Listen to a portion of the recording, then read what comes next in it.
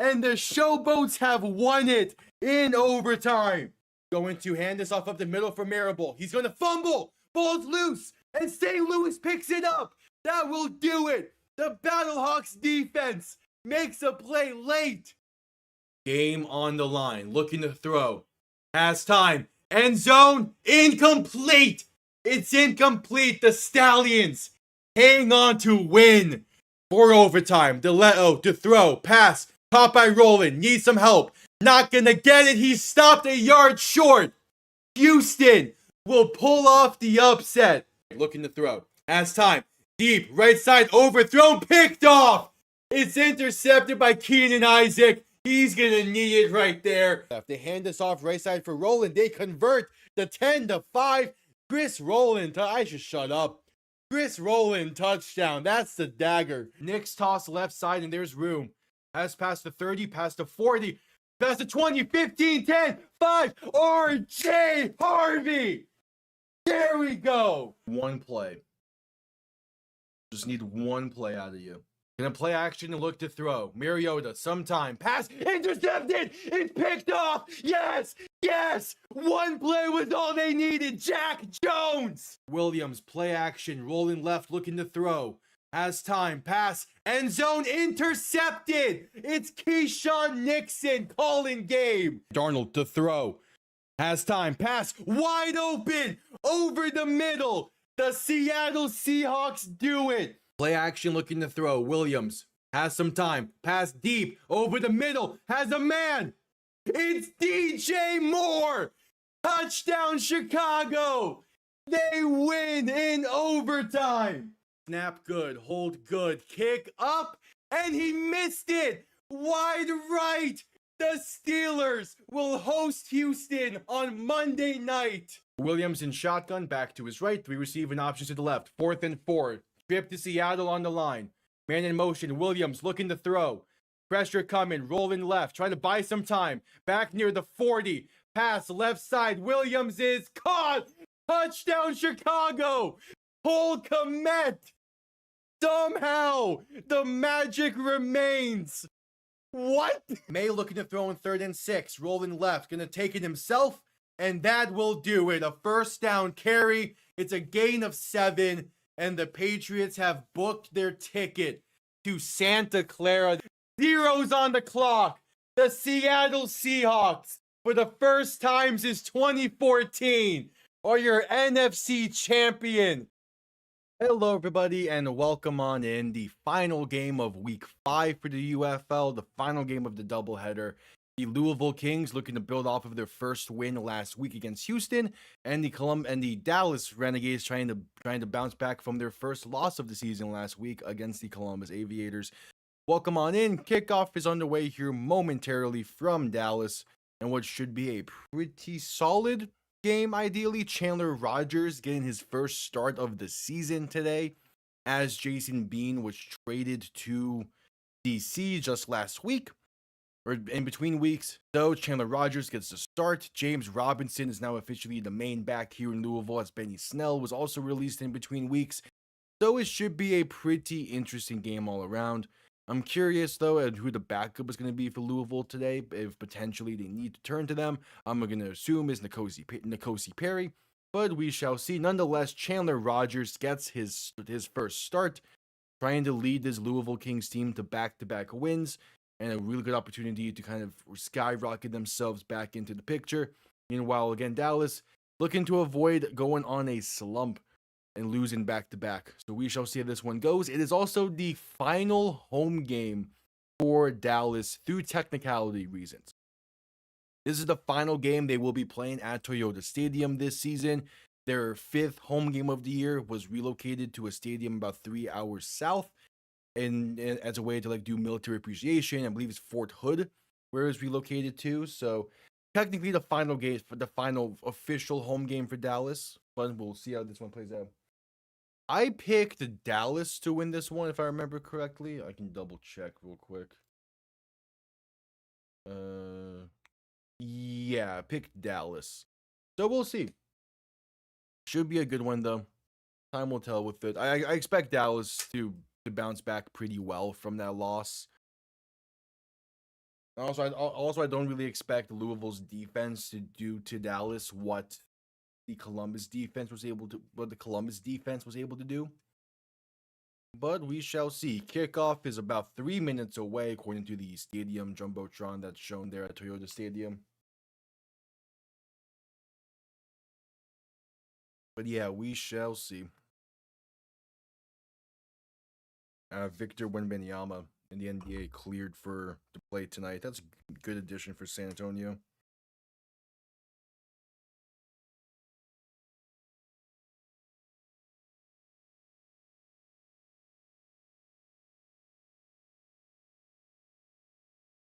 Yeah, we shall see.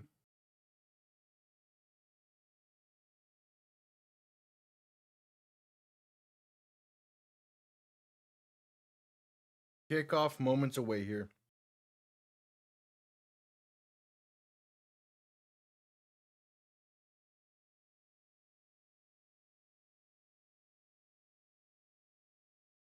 Again, should be a solid one from Dallas, but time will tell.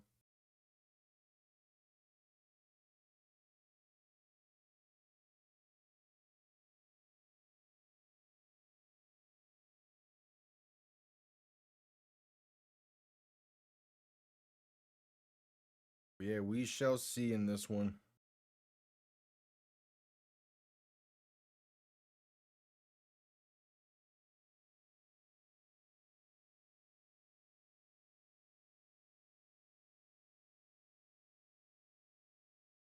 No real expectations for how this is going to go.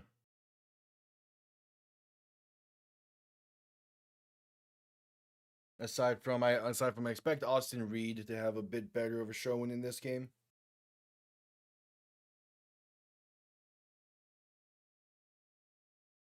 Because his last week against Columbus was not great.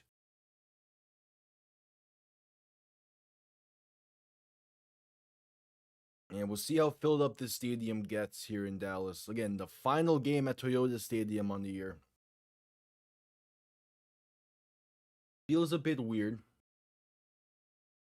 that we're 5 weeks into the season and already Dallas is having their final game at their home stadium, but that's how scheduling has played out for them, I guess.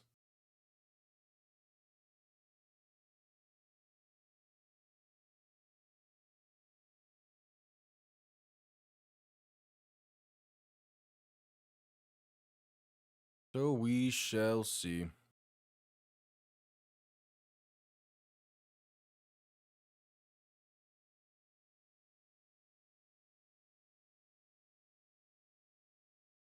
They're interviewing the coaches on the sidelines as kickoff is moments away.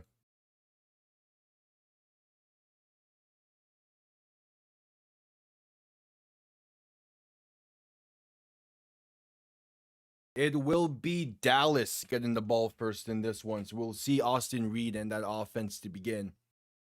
And we'll see how they're able to bounce back from what was a pretty tough showing last week. But we shall see.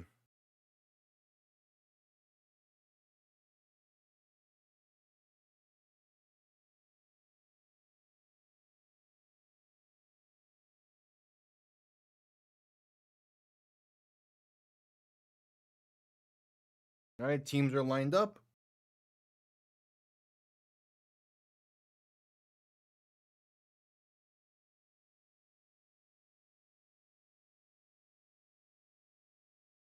We got a Gene Harris back to return for Dallas. And Tanner Brown on for the kick as the final game of week 5 is underway from Dallas. Going to be returned beginning from the 5. Space out past the 15, past the 20, 25 out past the 30, and out of bounds around the 32-ish. So drive will start from there.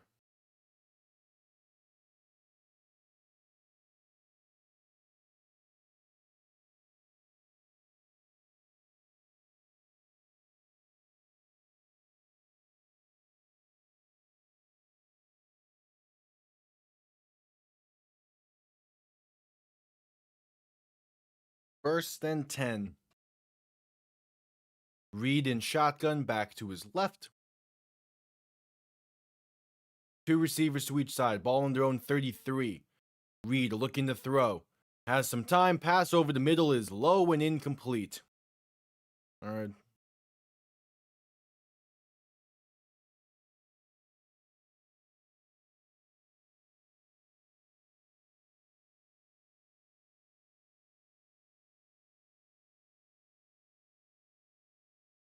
So 2nd and 10 coming up. Reed and shotgun back behind them. Two receivers to each side. Again, ball on their own 33. Reed gonna hand this off left side, and there's some space past the 35 and down to about the 39 or so.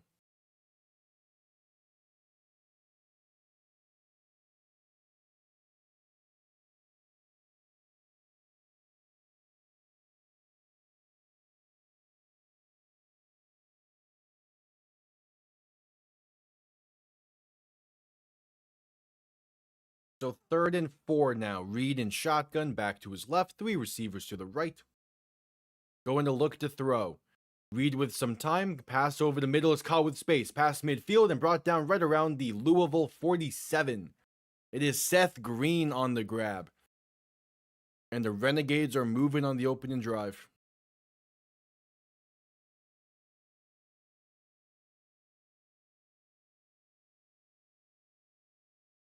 Not bad so far.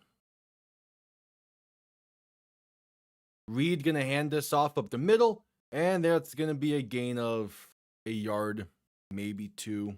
Not much else. Hello. Yeah, everything's going good. The NFL draft was nice. As a Dolphins fan, I'm pretty happy with what they did. We'll see how things play out. I don't think this upcoming season, but the following one is more so when I'm gonna start putting some more pressure on things. UFO games so far this week, all of them have been pretty solid. So I think everything's going good. Reed under center, back behind him. Gonna hand this off up the middle on 2nd and 8. And that's gonna be gain of a yard. Day Hunter on the carry.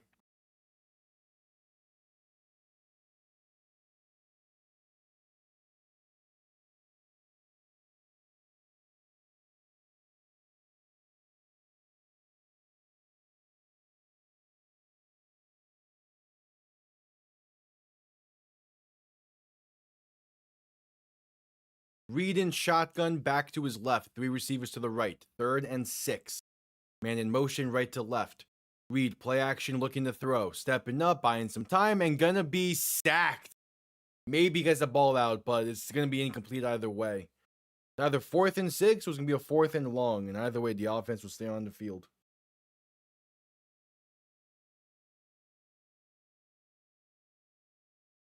So 4th and 6 coming up.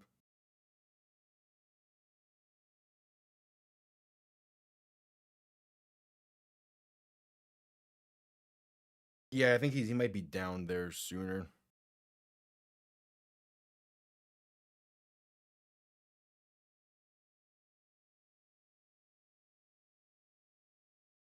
So 4th and 6 coming up, but again, they're probably going to review this.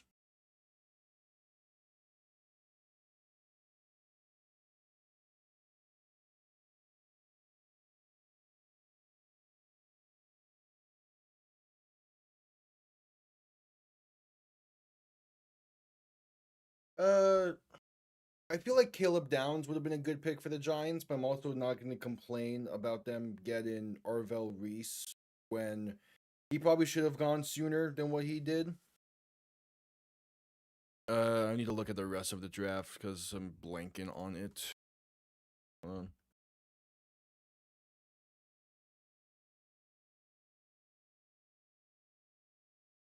Reed in shotgun on 4th and 11, looking to throw. Pass right side, going to be tipped and incomplete. To turn it over on downs. All right, what all did the Giants do? The Arvell Reese, again, they got good value out of him. The Miami offensive lineman, I think that's a good pick. He's someone I felt like Miami could have used. And him and another guy that fell pretty big. Colton Hood. I'm curious about what he's going to do at the next level. Malachi Fields, someone I felt like Miami was looking at the draft, going to be a solid receiver to pair with what's already there. And then the 5th and 6th round guys are more so just depth pieces to begin with. After the turnover on downs, there's about 11.5 to play in the first quarter. Chandler Rogers on the field for his first start. In shotgun, back to his left, 3 receivers to the right, looking to throw. Drive beginning from their own 48. Pass over the middle, going to be caught, and that should be enough for the first down, up to about the 42. It is Tariq Black on the reception. I like a lot of what the Jets did in the draft, but I feel that same way every year, it seems. And they can't get something going on the back end with it.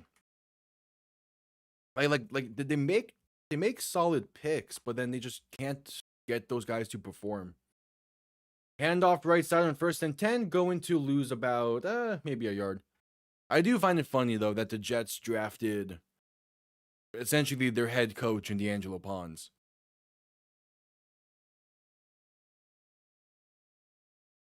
Like at the same time, like I don't know, David Bailey. Like, a lot of what the Jets drafted this year, I feel good about, and I do kind of like, but it also kind of feels like they're just more so gambling more than they probably need to. Because like taking David Bailey over Arvell Reese is like, okay, he's still a solid player, but like when Arvell Reese is there, I don't know. For Kenyon Sadiq, like he is the best tight end available, but are you really gonna be utilizing tight ends like that with this offense? Omar Cooper is a good receiver addition. Again, D'Angelo Pons, I do actually really like that. Cade Klubnik being the quarterback, is going to be interesting to see how that goes at camp between him and Geno Smith. I would not be surprised if Klubnik starts at some point next year. Yeah. Daniel Jeremiah had D'Angelo Pons comped to Aaron Glenn. It was funny. 2nd and 10. Rogers looking to throw in 2nd and 10. Gonna pass this right side and brought down right inside the 35 at the 34.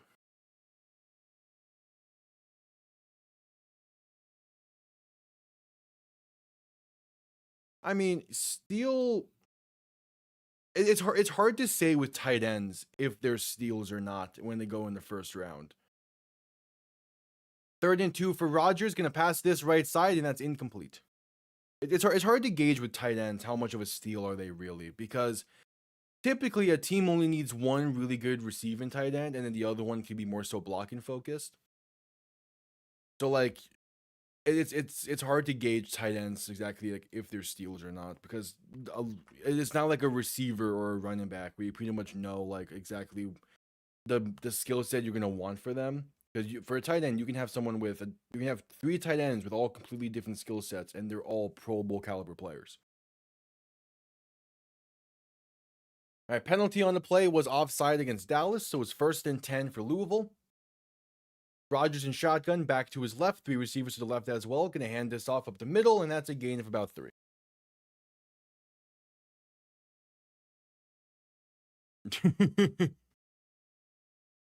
And all I know is that Thursday night was not a great night for certain New York sports fans with the Knicks game and how that unfolded. The Mets letting the game get tied late for little to no reason, and then depending on how you feel about the draft.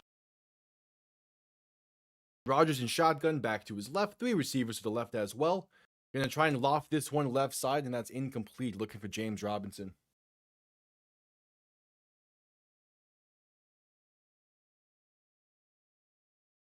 Yeah. My friend joined for the draft because my friend joined for the draft because for the NFL draft, I like having other people on as well, just so that way, there's more discussions that can happen. And he's a Knicks fan. He was watching the game in the background during it, and his reaction was on full display that night. It was great. Rogers in shotgun, back to his right, 3 receivers to the left. Barely get that snap off in time as he looks to throw. Pressure coming on 3rd and 7. Rolling right, will take it himself. Gonna find space to about the 20-yard line, just shy of the first down marker. It's a 4th and 1 for the Kings.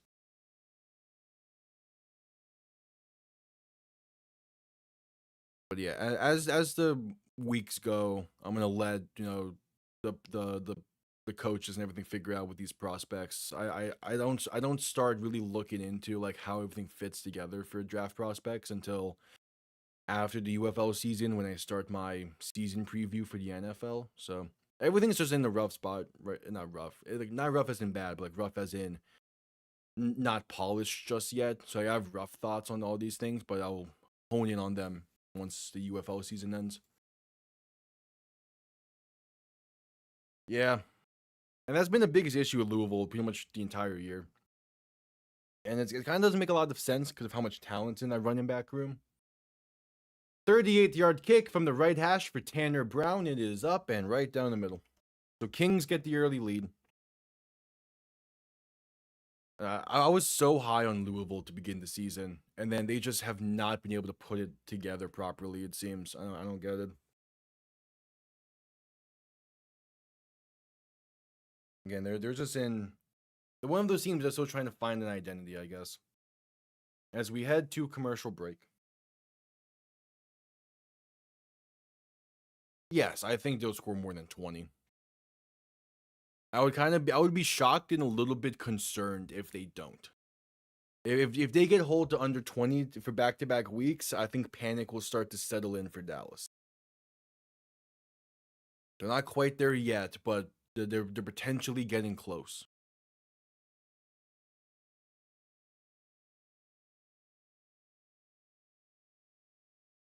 We'll see.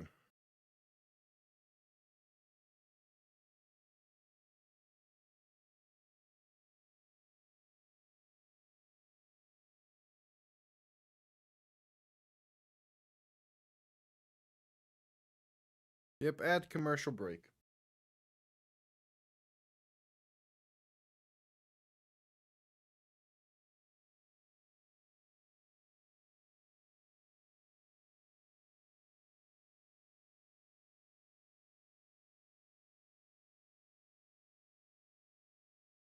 All right.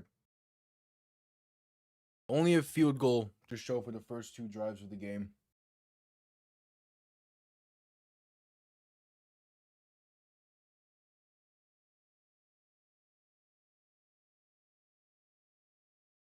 All right.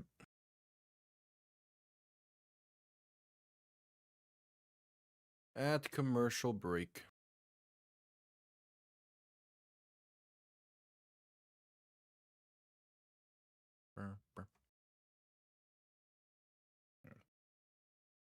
Yeah, no UDFAs have been signed recently.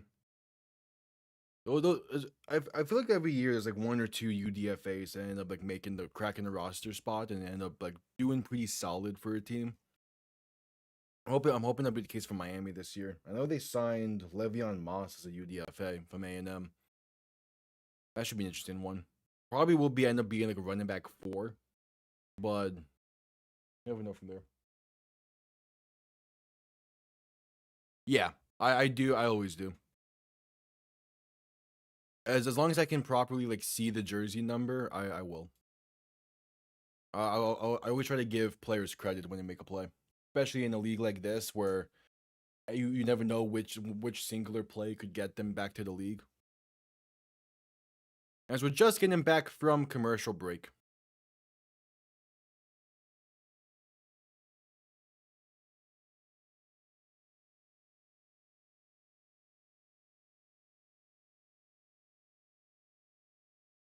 We'll see what this Dallas offense can do after the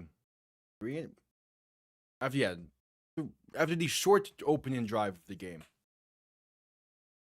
Yeah, again, a historic start to the season for Austin Reed. Kind of been back down to earth in the past 2 weeks. Still playing decently well, but nothing compared to what those first 2 weeks were.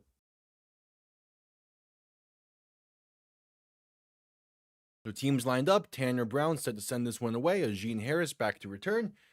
Kickoff going to be returned beginning from inside the 5 at about the 3. Base past the 20, 25, and brought down right around the 30, maybe the 29. It was actually Ellis Merriweather on the return. All right. For out comes Austin Reed. And having a really solid season, even with how the past 2 weeks have gone. I'm not too worried about how he's played.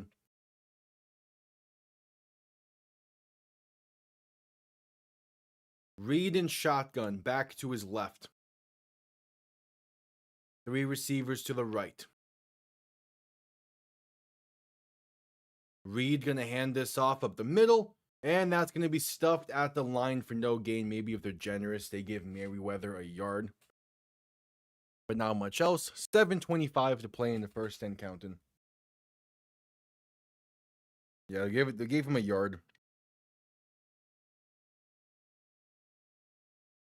So 2nd and 9. Reed in shotgun back behind him. Motion in the back to his right. 2 receivers to each side. Going to hand this off, going left, and that's going to be only about a yard carry again for Merriweather. This Kings run defense early on in this game is playing well. But that's also not fully the concern I have for the Kings of defense in this game. It's more so once Dallas begins passing the ball, or they can be able to maintain some pressure on Reed and keep guys like Tyler Vaughn's in check. Reed in shotgun. 3 receivers to the right, 2 to the left. 3rd and 7. There's movement up front before the snap. Who do they get on this? It's false start against Dallas, so a 3rd and 12 coming up for them now.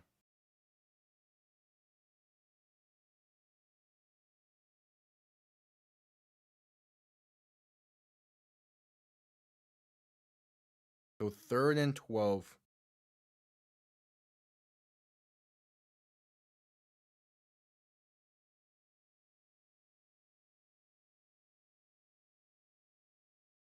Reed alone in shotgun. 3 receivers to the right, 2 receiving options to the left. Looking to throw.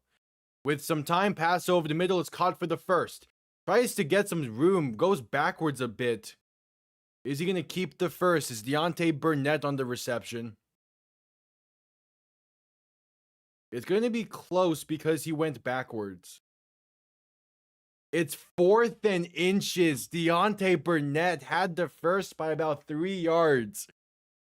And then due to trying to create more room, trying to create more separation to get some good yards after the catch, he ends up being short of the first. That's just a bad mistake. That's why it's north south, not east west. You gotta do.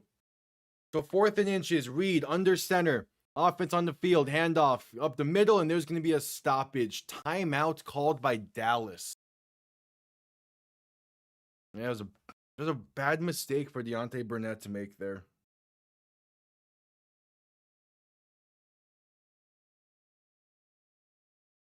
Can't be having that kind of mistake.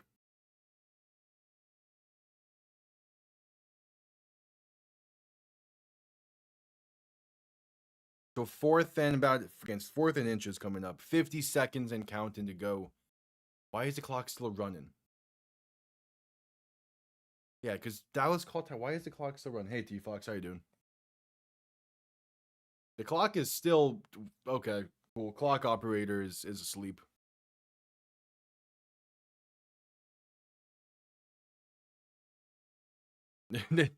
This clock is still ticking despite the fact that Dallas called a timeout. What's happening here? They're gonna have to reset the clock. No, I think only Austin Reed has realized this.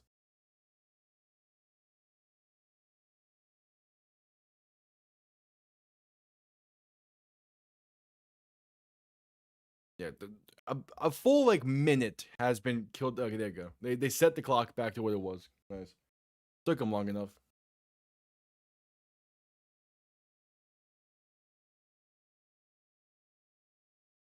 All right, 4th and inches for Dallas.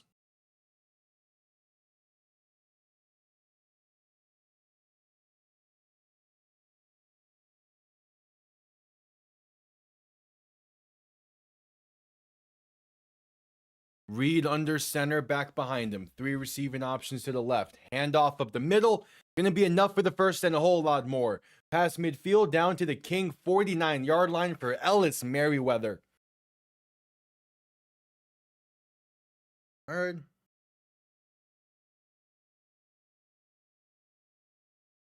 Not bad.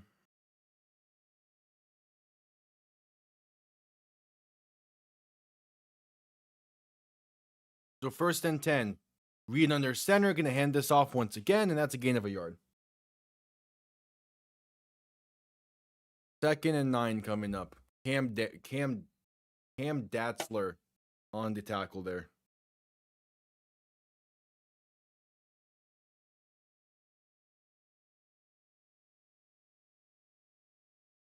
So 2nd and 9 coming up. Has the Raptors Cavs game ended? Not yet, but that's still a low scoring game, jeez. 82-76 in an NBA playoff game is crazy. Reed in shotgun, back to his right. 2 receivers to each side, 2nd and 9 from roughly the Kings' 48. Reed play action, looking to throw, pass over the middle is incomplete, bouncing off the helmet of his intended target, Greg Ward, who was not ready for that ball to arrive. So it's 3rd and 9 coming up. Yeah, that's a tough one. He's open with space, but he was just not ready for that ball at all. Are the Buffalo Sabres really about to win a playoff series? Reed in shotgun. 3 receivers to the right, 2 to the left. 3rd and 9, looking to throw. Pressure coming, pass left side, off the mark and incomplete. Yeah, this Dallas offense does not look the same since the first 2 weeks. Which is crazy because those first 2 weeks they played, one of them was Houston, but they played St. Louis in week 2 and still had a fantastic showing.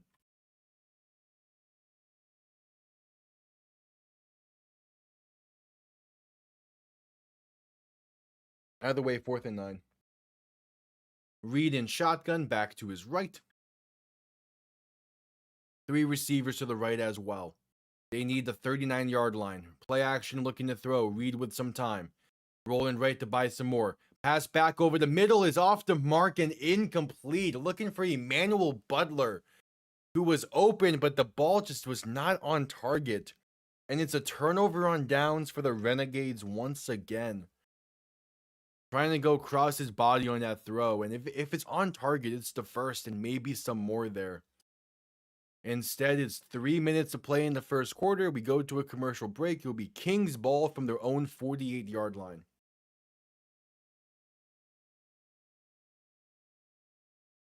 It's a tough start to this game.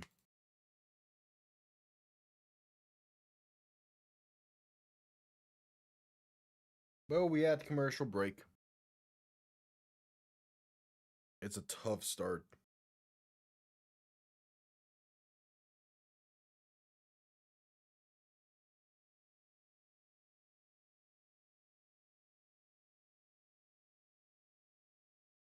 Yep.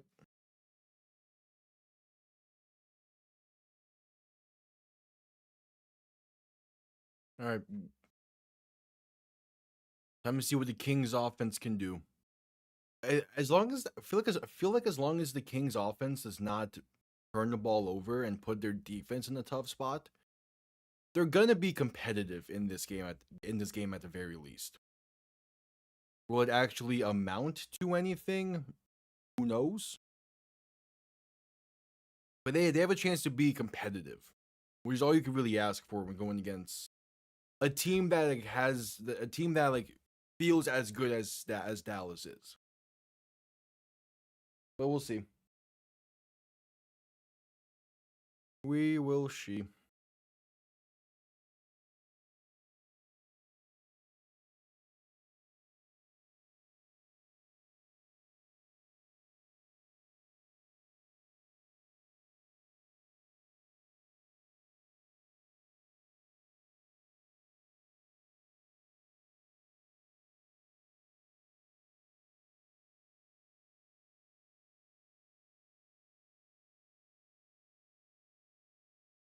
All right, still that commercial break, waiting for the Kings' second drive of the game.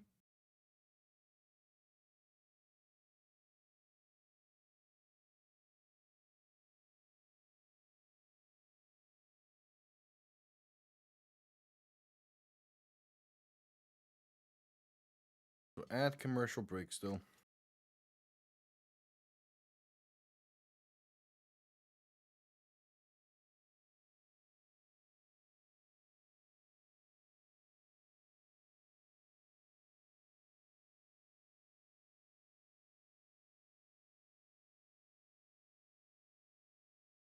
Should be coming out of commercial break here soon.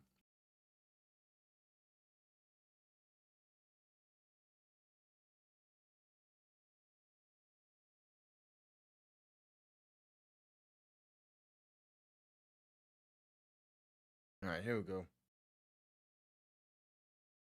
I would hope Dallas scores before halftime. If they get shut out through essentially one full game between the second half of last week and the first half of this week, things are going to be feeling pretty bleak. So hopefully they do. But but time will tell. One of those things that, you know, this offense clearly can put up points like that, but I don't know, something's changed. Something changed after that Columbus series. Rodgers in shotgun, back to his left. Going to hand this off, trying to bounce it out left side with space, past midfield, past the 45, and down to about the 44. Couldn't quite get a jersey number. I believe that would be James Robinson on the carry.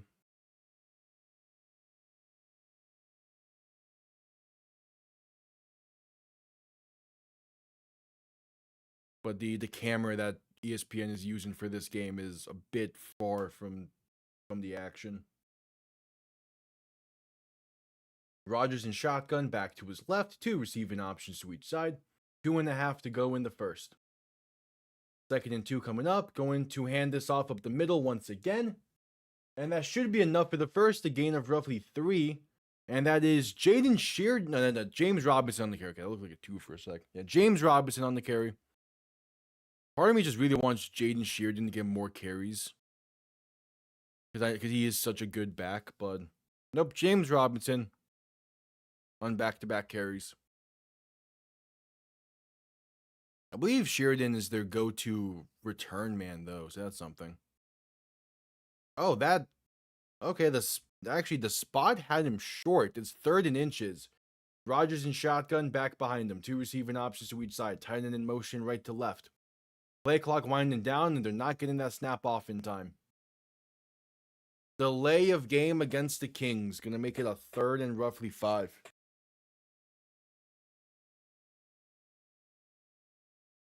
All right.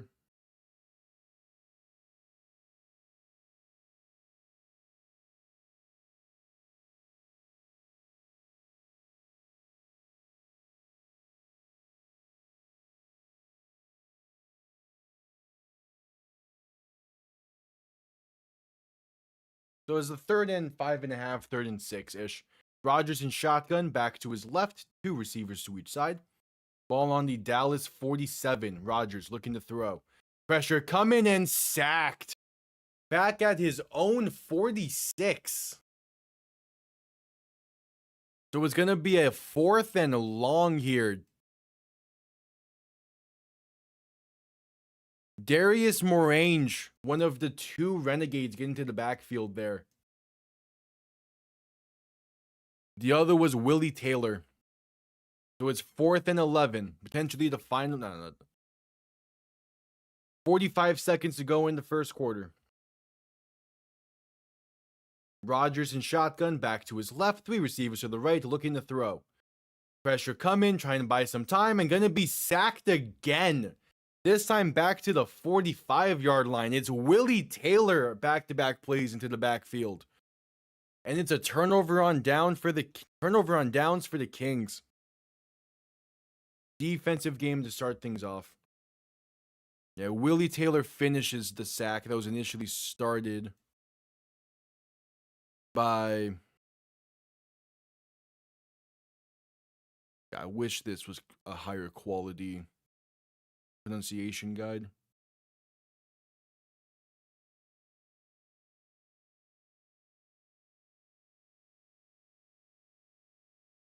By the way, Willie Taylor gets the sack. He's going to be credited for the sack. Reed in shotgun, back to his left. Going to hand this off up the middle for Day Hunter, and that's going to be a gain of roughly 3 or 4. Should be the final play of the first quarter.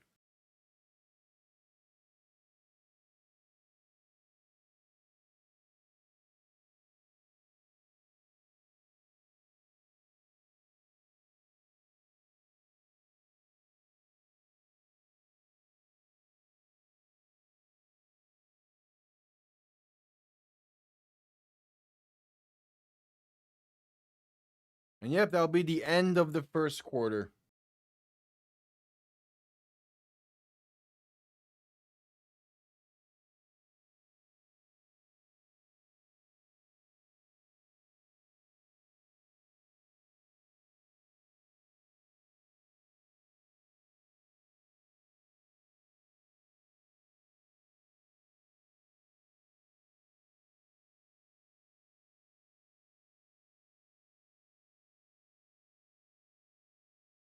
Yep, at commercial break for the end of the first quarter.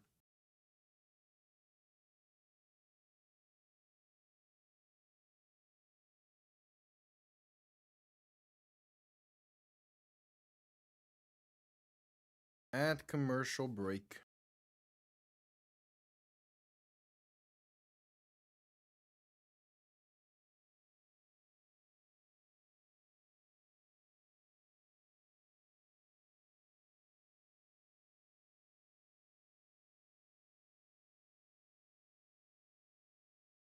All right. 15 minutes in, only points were the Louisville field goal on their opening drive of the game. Aside from that, defenses have been on full force with 3 turnover on downs in this one. We'll see if things can pick up. We'll see if the pace can get picked up here soon.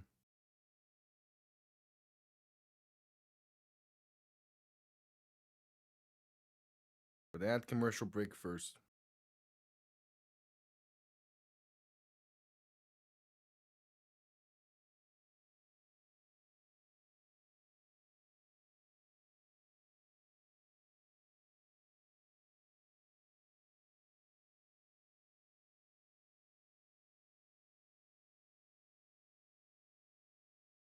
Yep, at commercial break.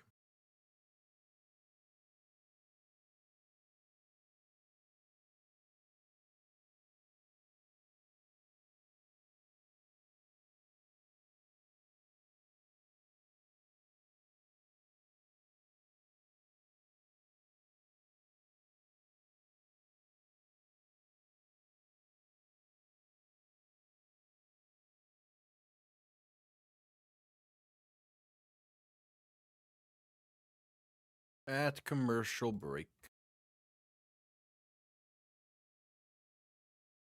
This has been a pretty long commercial break for the end of the quarter. Okay. There we go. Just getting back. Took him long enough.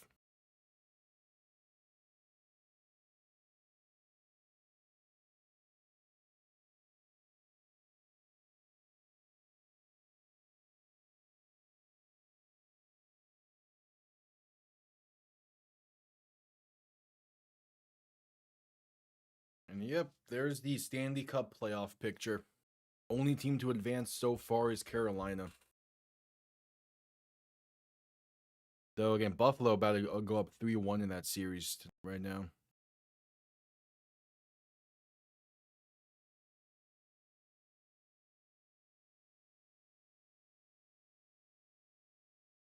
Reed in shotgun back to his left. 3 receivers to the left as well. Ball on the King 41-yard line. 2nd and 6. Reed play action looking to throw. Shifting left. Passing left. Going to be caught inside the 30 to about the 29 is Drake Stoops on the grab. All right, that could be the spark.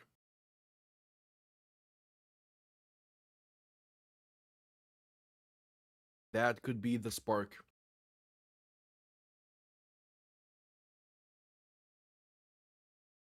Reed in shotgun back to his left. 3 receivers to the right. Man in motion right to left. Going to hand this off left side on the jet sweep for Drake Stoops. That's a gain of roughly 4.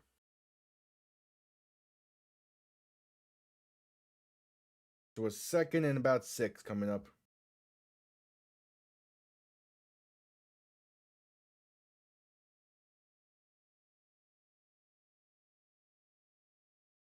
KD is missing game 4. Jeez, what's the point of Kevin Durant being on the Rockets if he's not going to play in the playoffs?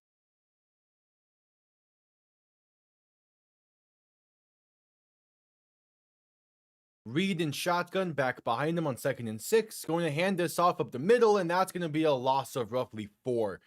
Pressure came in instantly there for Louisville. one of the multitude of Kings in the backfield is actually not on this depth chart for some reason. But someone else that was in there was Travis Bell.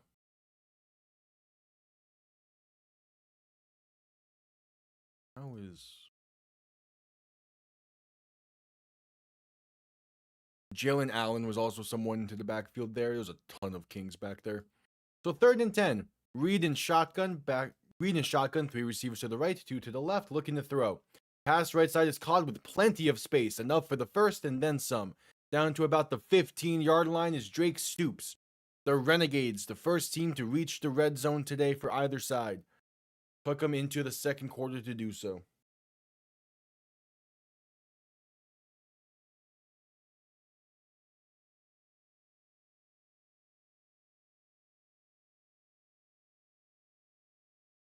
So 1st and 10 from about the 15. They're gonna say the 16. Reed in shotgun, back to his right. Quick throw, left side's intercepted in their space. It's gonna be a foot race between him and Austin Reed. The 35-30, 25-20. It's a pick 6 for the Kings. I forgot to fix this.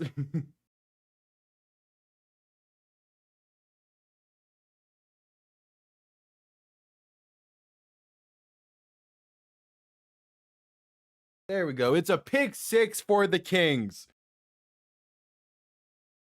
Trying the quick hitter on that left side. And read beautifully there by DeAndre Prince. Or is that? No, it's 34. It's Bryce Hall on the pick 6. God, those 2s and 3s are getting to me today. It's been a long one already. This is game 2. Either way, a big time play for the Kings.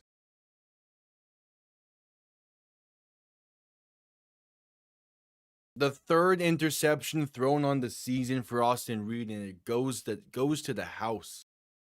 But it's just not the correct one. Extra point is up, and the Kings lead by 10.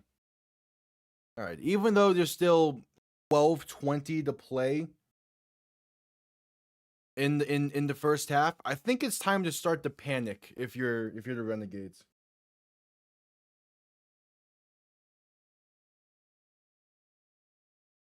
I'm going to hope that clip can still be used for the intro video next year, even with me forgetting to fix the touchdown stuff. If we're going to see. I should be able to cut it to where it's fine.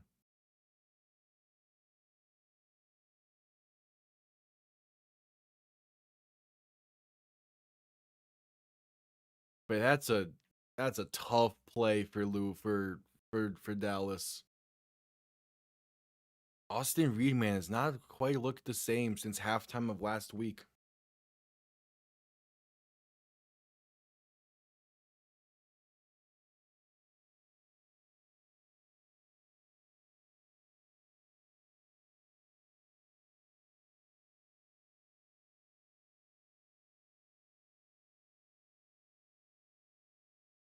All right, Tanner Brown on for the kickoff.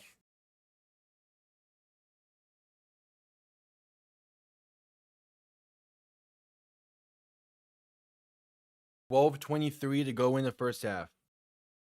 Again, like Dallas is still in an okay spot. There's still plenty of time, but man, it's been a weird game so far for them. Kickoff going to be returned beginning from the 3, spaced out past the 20, 25, and down to the 27.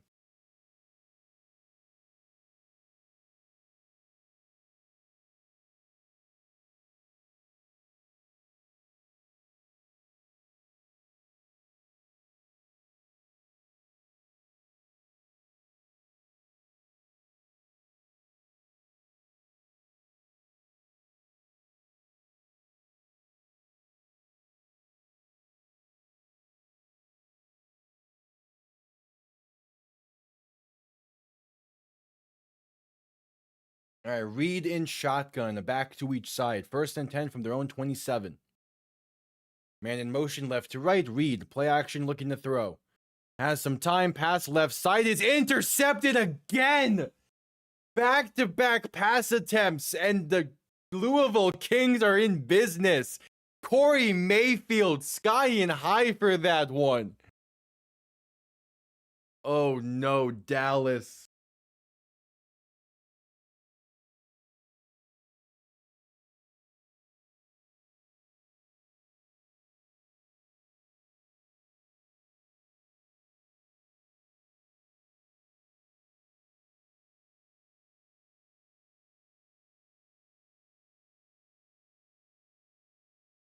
He has now doubled his amount of interceptions on the season.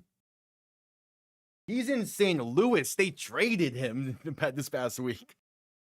Rodgers in shotgun, play action looking to throw in 1st and 10. Pass right side, caught, going to be past the 35 and out of bounds around the 30, maybe the 29. Should be enough for the first down either way. Yeah, like I will say this though. It does kind of feel like the Renegades were in a way forced to trade Luis Perez just to create a story surrounding him and try to get him to his place where he could start most likely. But this is a very rough showing to have as soon as you trade your franchise guy. Rodgers in shotgun looking to throw, pass right side, going to be incomplete. Yeah, real bad timing. Yeah, he's in St. Louis riding the bench now. Yeah, Austin Reed has now doubled his amount of interceptions thrown on the year in a span of 2 pass attempts.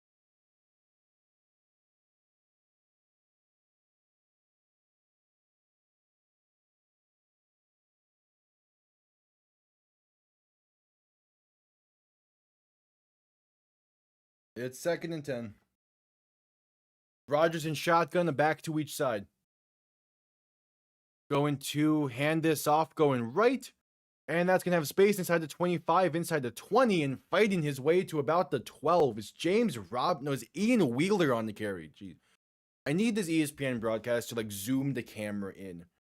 Just a tiny bit. But Ian Wheeler on the carry to make it 1st and 10 for Louisville. Inside the 20. They're in the red zone for the first time today.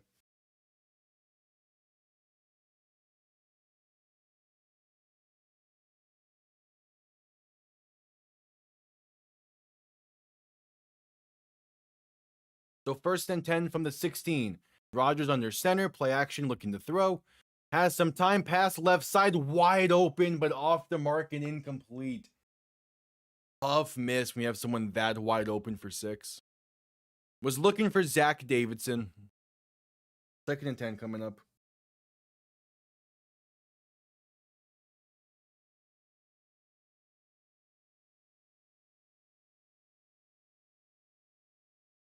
Second and 10.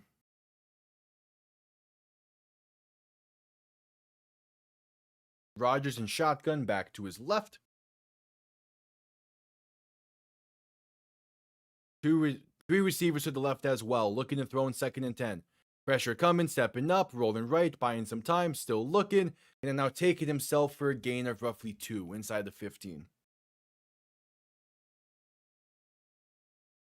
All right. 9:40 to go in the first half.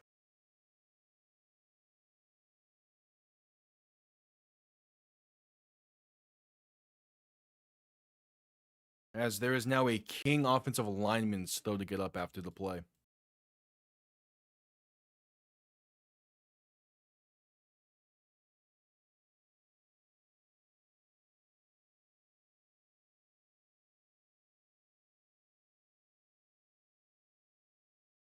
The Kings have the ball inside the Dallas 15 at the 14. We had to commercial break due to injury timeout.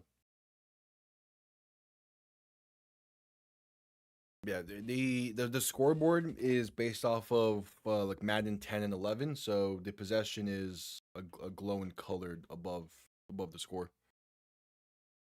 I probably could have made it a tad bit more obvious. One scoreboards in the past I've used have just had a football on the team side, but I wanted to lean into the Madden 10 aesthetic with it.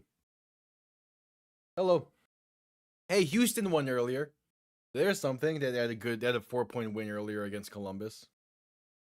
Also, you have missed Austin Reed throwing back-to-back interceptions, and this game being drunk right off the bat.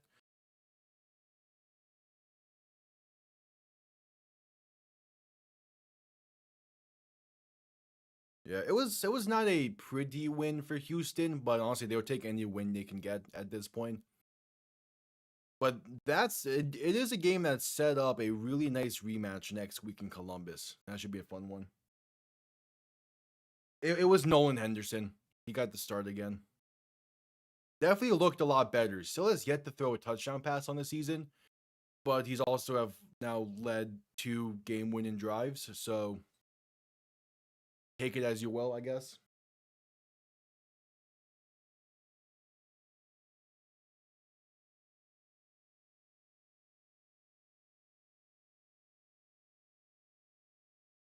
Yep, at commercial break.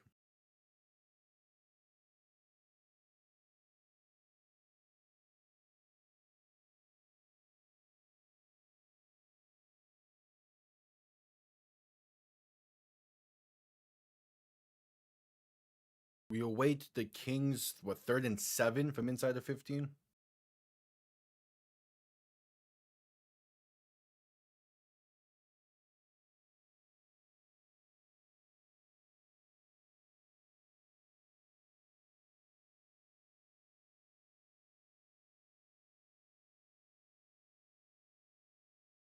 Yep, at commercial break. Should be coming out of it here soon.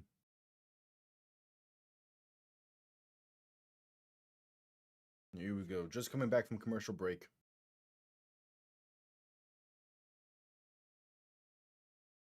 Did Dallas put Chandler Rogers' family in the nosebleeds of the stadium technically? Did,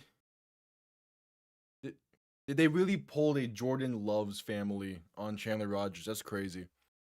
Rogers in shotgun back to his right, 3 receivers to the left. Ball on the Dallas 13.5-yard line, looking to throw on 3rd and 7. Has some time, pass left side, caught inside the 5 and down to the 2. Tariq Black on the grab. And it'll be 1st and goal for the Kings.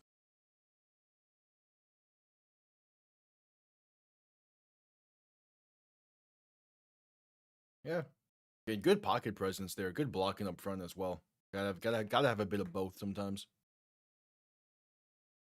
So Rogers in shotgun, back to his left, 2 receiving options to each side. 1st and goal from the 2. Rogers going to hand this off, going right, and that's going to be stood up at about the half-yard line. I believe that's Ian Wheeler on the carry.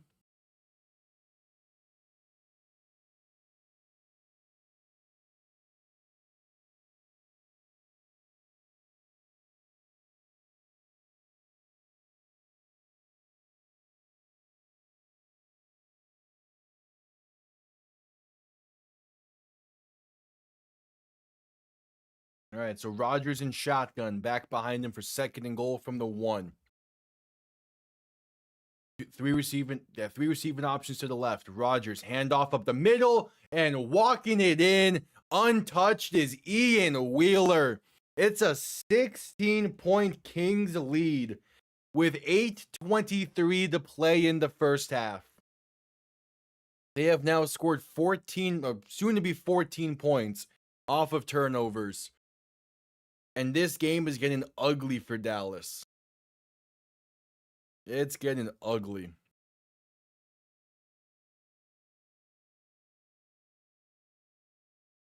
Obviously, we've seen some pretty good comebacks before in spring football, and Dallas has the roster to do so. But they're gonna need to get something going here soon if they're gonna actually accomplish that. Extra point is up. And it is no good. Missed it to the left. Well, that will certainly help.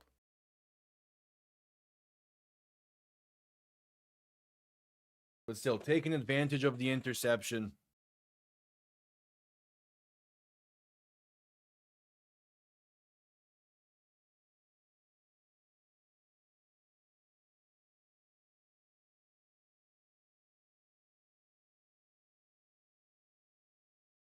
It's been a weird one.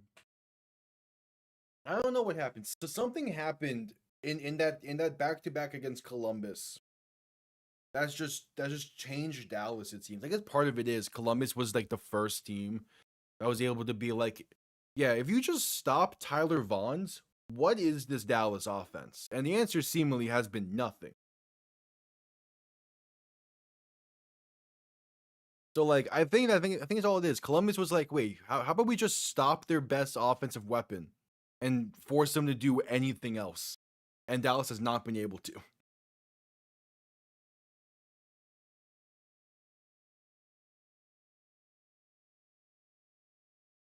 But Tanner Brown on to send this one down.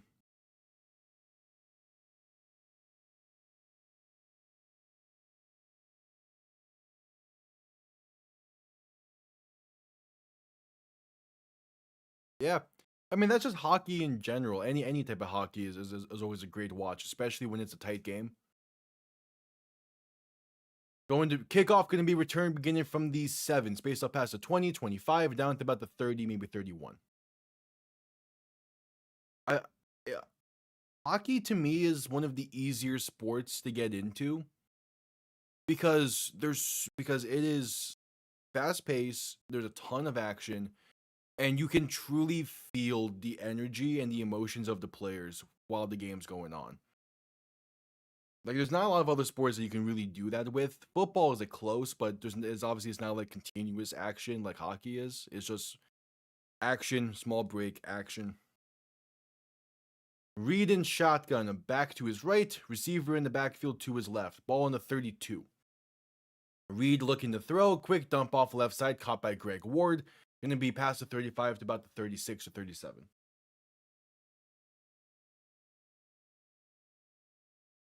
Well, was the Wild game from last night.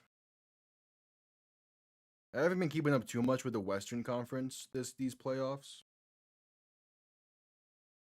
Yeah, overtime against the Stars, yeah. Handoff up the middle, going to be a gain of about 4. That was a pretty good game. Yeah, post-game shows can be good sometimes. I need to see exactly how... What's the box score for this?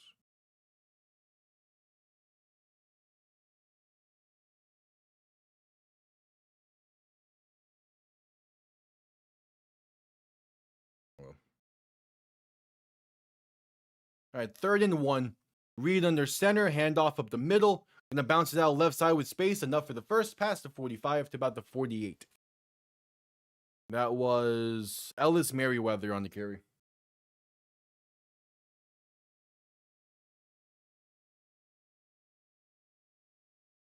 Yeah.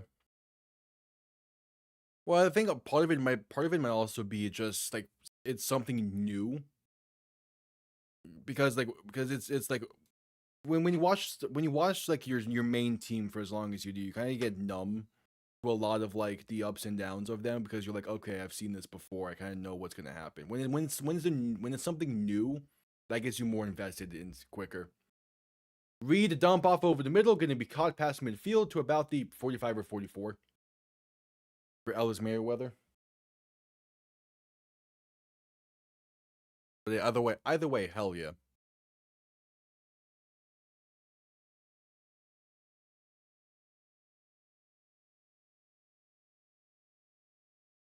All right, 2nd and 3. Reed in shotgun, back to his right. 2 receiving options to each side. Going to hand this off up the middle, and that's going to be just enough for the first. Maybe gets a yard extra. Merriweather on the carry once again.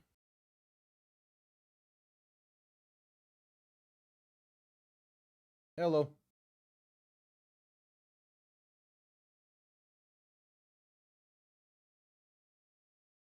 It's 1st and 10 for Dallas at about the King 41-yard line.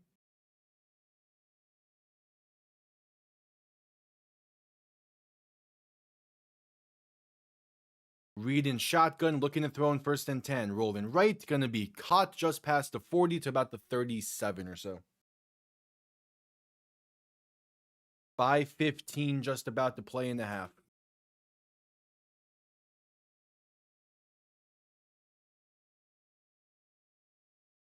It's a 2nd and 6 for Dallas.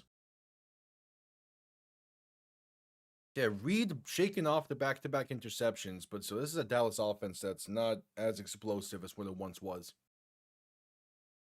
Reed under Reed under center, back behind him. 3 receiving options to the left.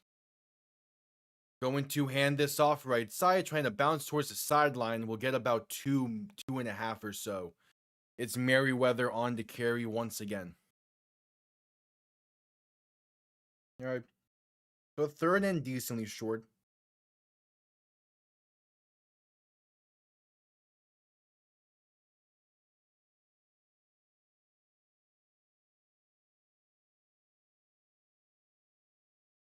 So a third and roughly 4. Play clock winding down. Reed in shotgun, back to his left. 2 receivers to each side. Going to look to throw.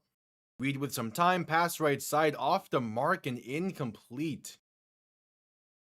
Just a tough one. Looking for Emmanuel Butler on that right side. Can't connect. And we'll see what the Renegades decide to do here. Would be a long field goal attempt. But it's a 4th and about 4. And they're going to keep the offense on the field for the time being. Just under 4 minutes to play and a half.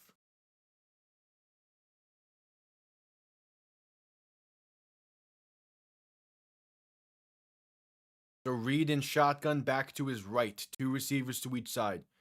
Play action looking to throw. Reed pass right side, going to be caught for the first and a whole lot more. Inside the 25 and down to about the King 20-yard line as Drake Stoops on the grab. Dallas keeps the drive alive.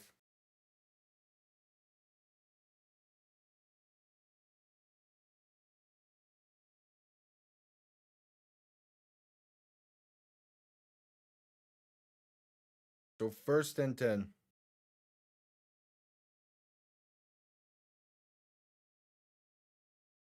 Reed going to hand this off up the middle, and that's a gain of about 3 or so.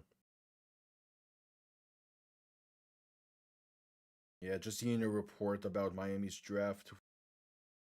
The Giants jumped them from Malachi Fields. I figured that was the case with them going Caleb Douglas right after. Just sucks. Because Malachi Fields would have been a great addition alongside Chris Bell for the receiver room. Oh well. Reed in shotgun, going to hand this off up the middle on 2nd and 7. Gets inside the 15 to about the 12. 3rd and 2-ish coming up.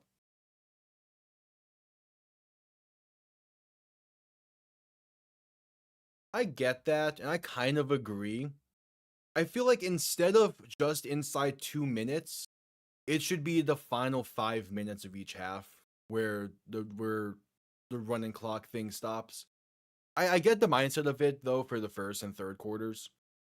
But definitely they should make it so like after a certain point in the half, it stops, because just under 2 minutes doesn't it feels weird. Handoff up the middle on 3rd and 2, gonna get enough for the first gain of roughly 3, and that will bring us to the 2-minute warning.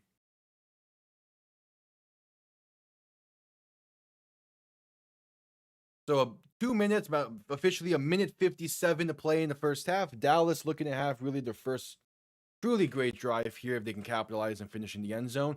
We head to commercial break. I will quickly be right back.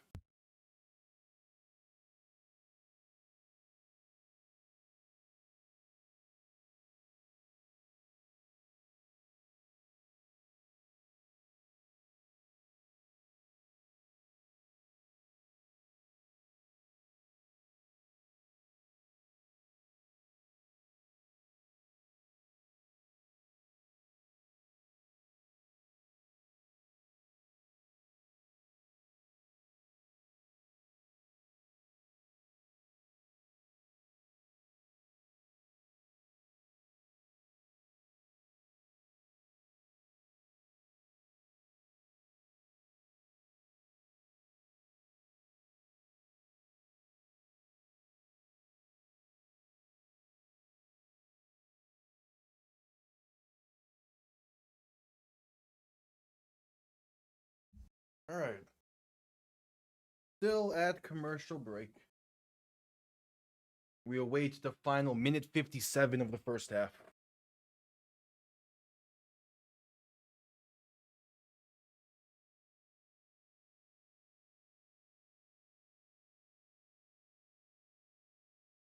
Has KD missed every game of the series so far? No wonder why they're getting swept.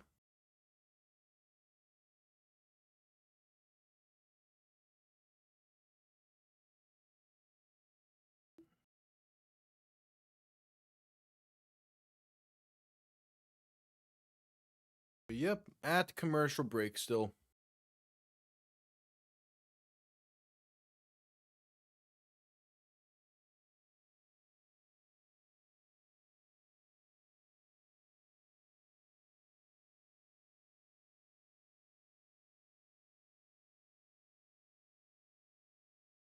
Should be coming out of commercial break here soon. Bed.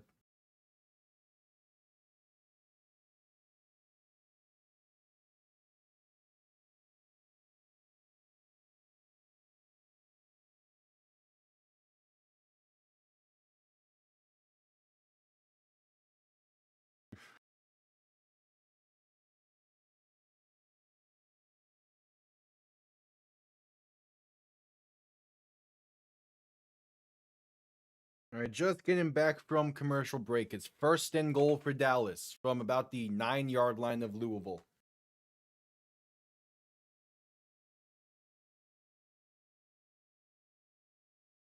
Reed in shotgun, back to his right. Three receivers to the left.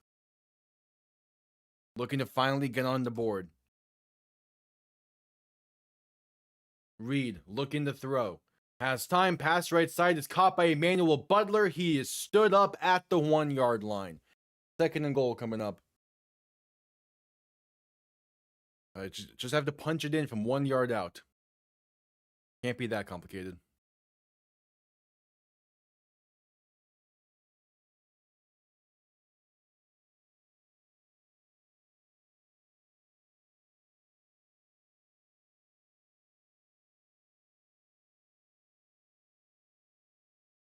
Reed in shotgun, back to his right. Two receiving options to each side. Reed going to hand this off up the middle.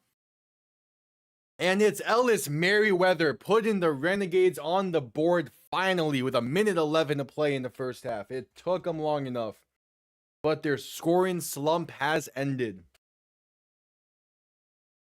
After being shut out through just about 4 quarters of play, the Renegades finally find points once again. And we'll see if they can build off of this. I will say though, the Kings get ball to begin the second half, so they're still in a position to double up here. But a solid 14-play drive for the Renegades finally gets them on the board.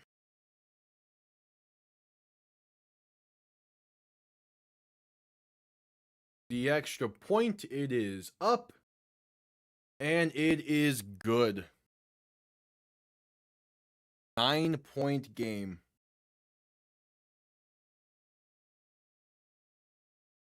The Kings have all 3 timeouts still, so they're doing good.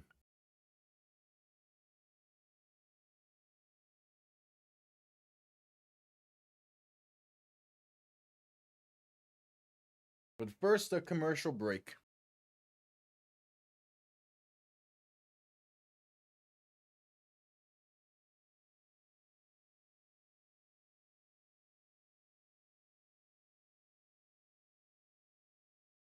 At commercial break after the touchdown drive.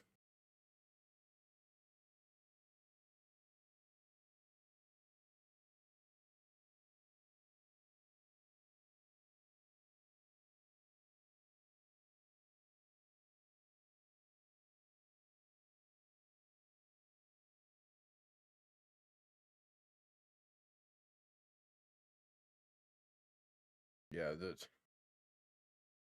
it is crazy that the Buffalo Sabres are where they are right now. After everything, they were about to take a 3-1 series lead over Boston. For sure.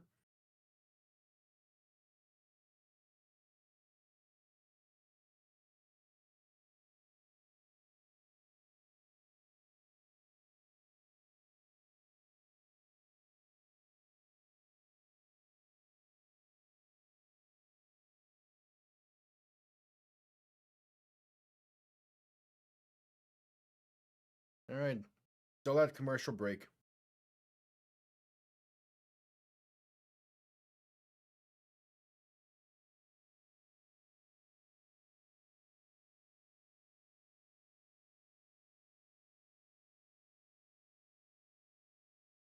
At commercial break. Should be coming out of it here soon.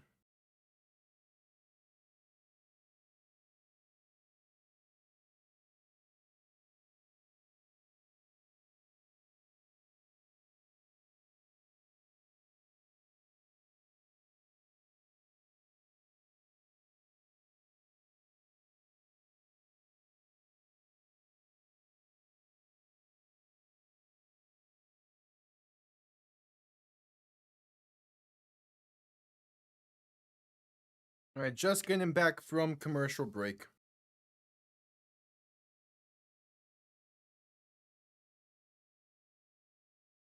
Louisville will have about a minute 11, minute 10 or so to try and get more points before the half. And they have a kicker in Tanner Brown that can hit from distance.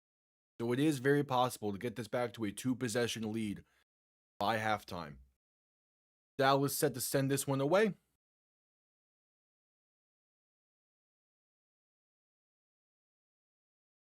Teams are lined up for the kickoff. Brendan Hall on to send this one down for Dallas. Kickoff underway, going to be returned beginning from... Oh, that bounces out the back of the end zone for a touchback. All right. So Louisville will start from the 40. So I definitely have a chance here to add on to this. Yeah, those stands, DC and Orlando alone at the top. Dallas looking to join them.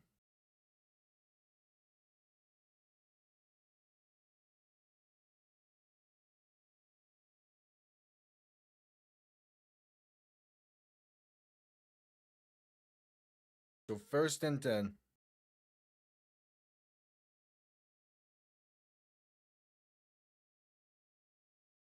Rodgers in shotgun, back to his left. 3 receiving options to the left as well. Going to hand this off up the middle, and there's space. Bouncing out left side with room. Past midfield, past the 45, and out of bounds around the 44. It is James Robinson on the carry. Probably the largest the Kings have had in a while. And Louisville is past midfield, just about 3 or so yards away from it being a 60-yard field goal, and from field goal range itself. Rodgers in shotgun, back to his right, going to look to throw in 1st and 10. Pass left side, going to be caught inside the 40 and out of bounds around the 37 or so. It is Isaiah Winstead on the reception. It's out of bounds with 1 minute to play in the half.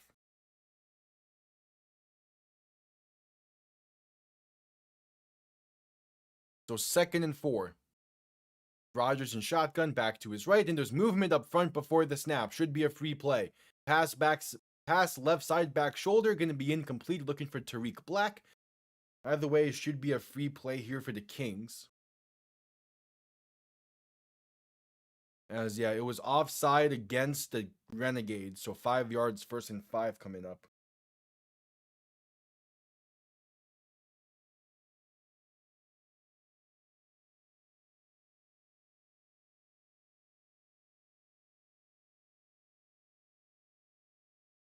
So 1st and 10.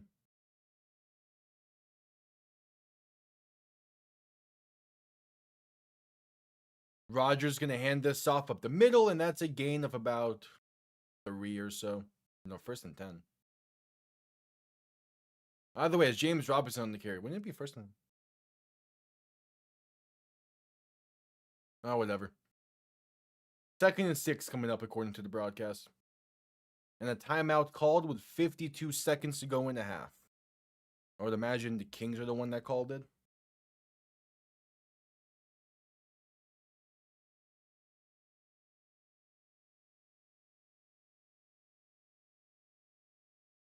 Yep, Kings called their first.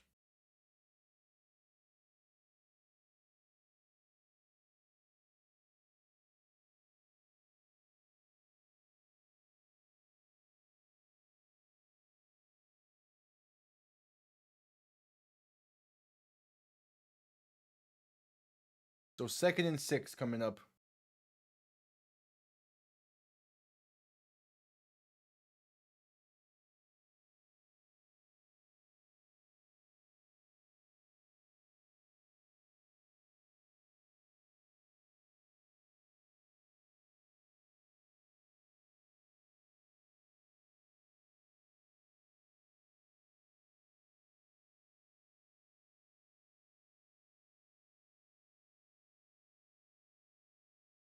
All right.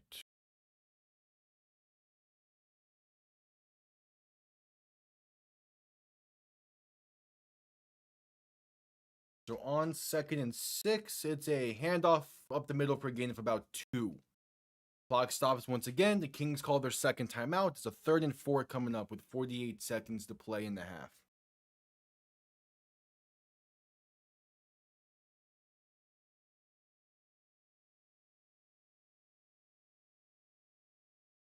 All right, 3rd and 4 coming up.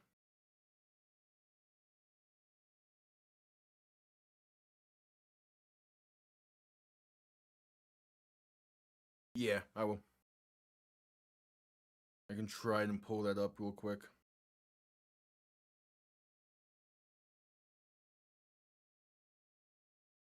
Rodgers in shotgun, back to his right, 2 receivers to each side. Going to look to throw. Pass left side, going to be caught to the 20. An insane catch through the contact for Tariq Black. Makes it 1st and 10.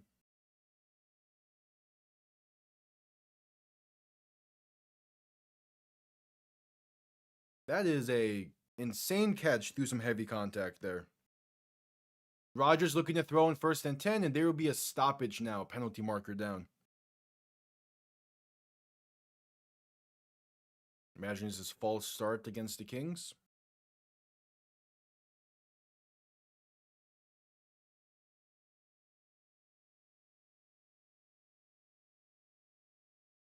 We'll see. Yeah, false start against the Kings.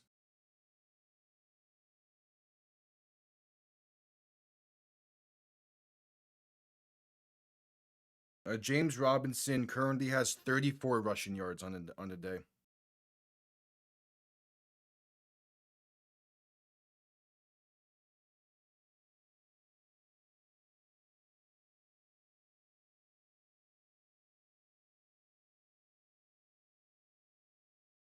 So Rodgers in shotgun, back to his left. Welcome back.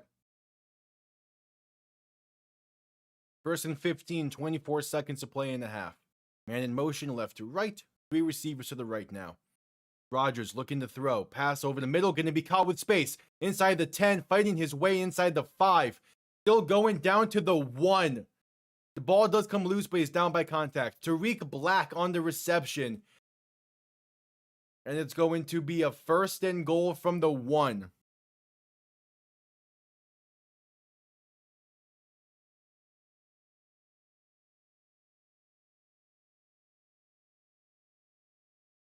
Tariq Black, good elusiveness there. And then yeah, he's down by contact before that ball comes loose. So there'll be 7 seconds left in the half.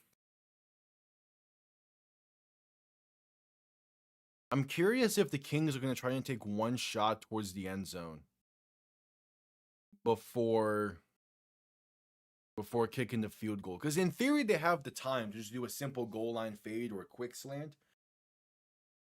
We didn't want to take that risk or just simply say we wanted to be a 12-point lead.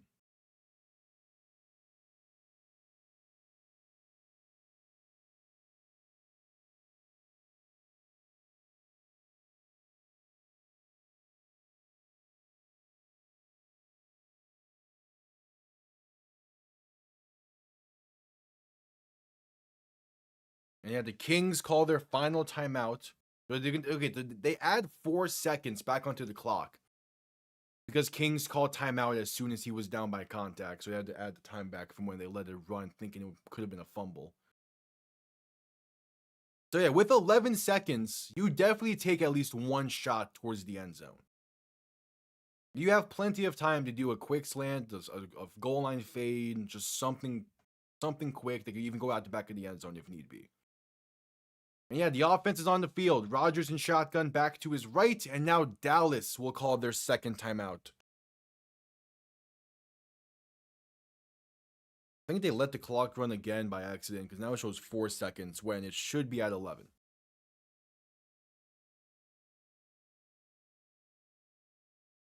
The clock operator in this game has not been great.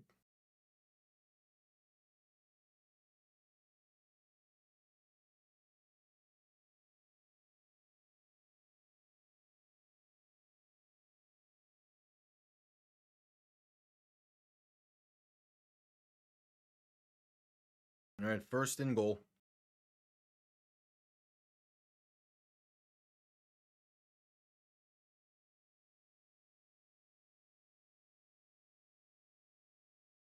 And now the field goal unit is on the field because again the clock operator has been in this game. Either way, this probably was going to be the end result. Either way.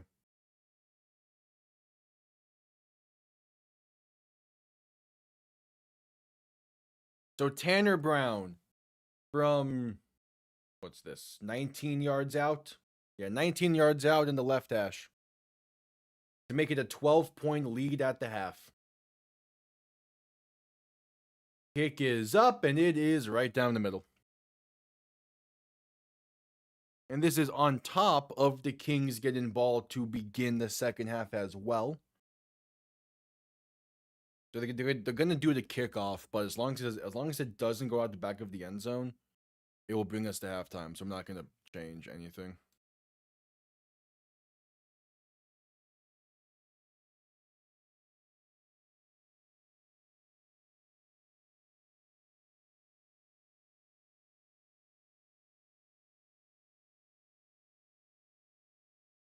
All right, but 4 seconds to play in the half.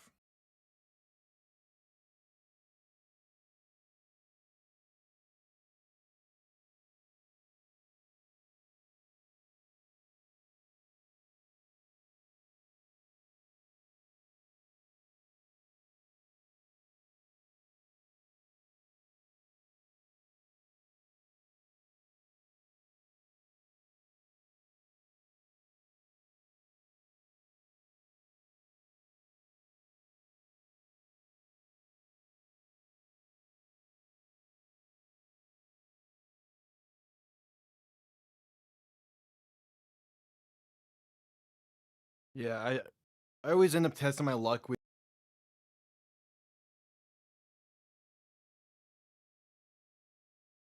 I need to get out of this setup. All right, we should be back for at least a good while. We're at halftime, so at least all of this is happening at the half, and not middle of the game. But it's still annoying. I only have one more week in this setup. Then I won't have to deal with this until the NFL season. But still, I don't love this. We should be good though. I always take a gamble for these double headers. We're back, nice. I always take a gamble with these like these direct back to backs with this setup because some 99% of the time this laptop connects to the internet just fine and OBS is happy and all that. The 1% of the time is like always during these weird, very short time between streams where it just wants to all of a sudden be weird. So again, at least it happened during halftime and not during like a big portion of the game. But that is now twice in this 1 week where something weird has happened with this laptop. So yeah, it only needs to survive one more year.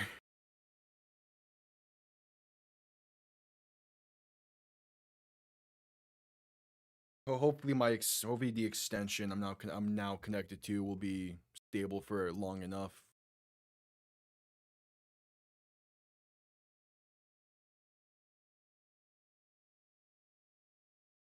We'll see.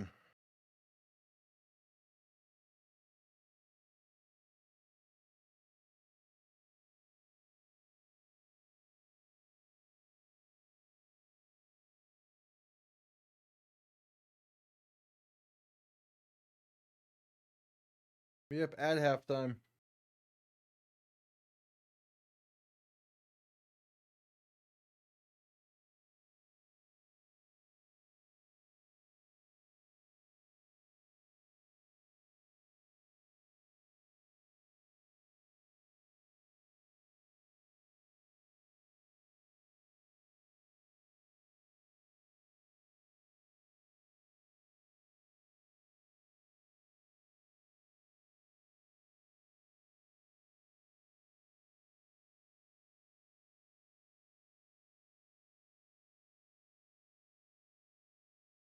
But at the half, Louisville gets ball to begin the second half. They're up by 12. Feeling pretty damn good with how they've been able to shut down this Dallas offense. Dallas only has 21 points in their last 6 quarters of play, 7 points in their last 4 quarters. So it has not been a great stretch for the Renegades, but I mean, it's paired with a defense that has been playing pretty solid. It's just the offense can't get a lot going, so it could be a chance of just, one play all they need to try to finally like break through and be able to turn that other corner that they need. But we'll see if it's doable. As we're at commercial break after they just did a brief interview with Austin Reed from the pregame stuff.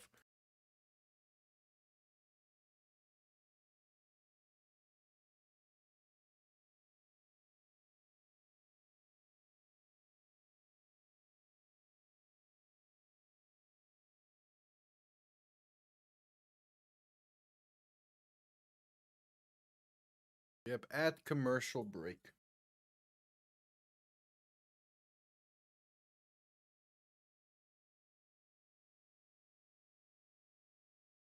I agree with them not being able to get a stop, but Dallas has had 2 drives in this game of being able to move the ball decently well.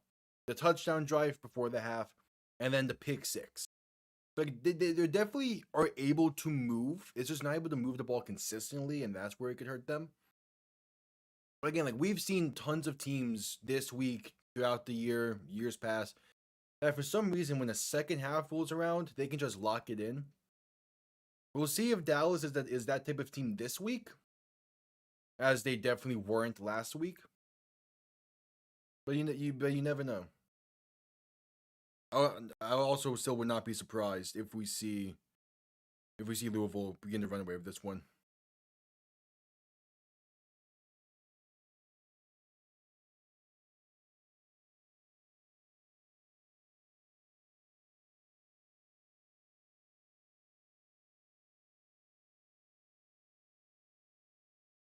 Yeah, that's also part of it as well. Because like Dallas started the game with 2 turnover on downs at around midfield. They then had the pick 6, which was a drive that got inside the 25. The 1 play interception was bad, but I also do get what Reed was seeing there. He just didn't put enough air under it. And then they had the touchdown drive. Like it's a case of there's pieces that's going well. It's just how do those pieces come together in the second half?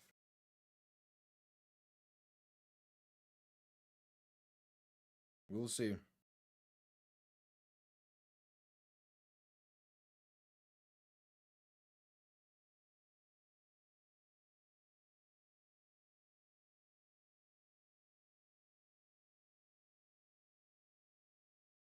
That's also very true.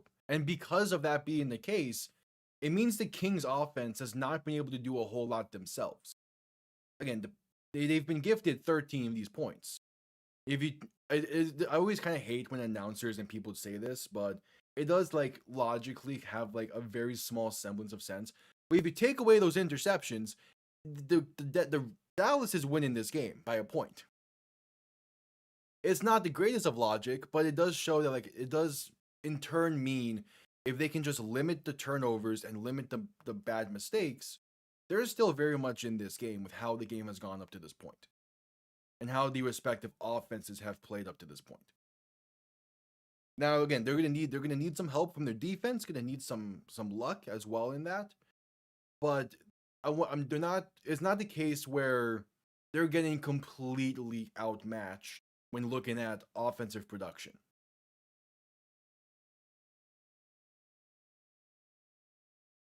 Yeah, again, it makes sense. I just never really like how it's. I never really like how exactly like. I don't know. Again, it's decently sound logic, but to me, it's always kind of irked me for some reason. I guess part of it is like, well, you can't get rid of those, so why think about it that way? But again, like, yeah, there's logic there.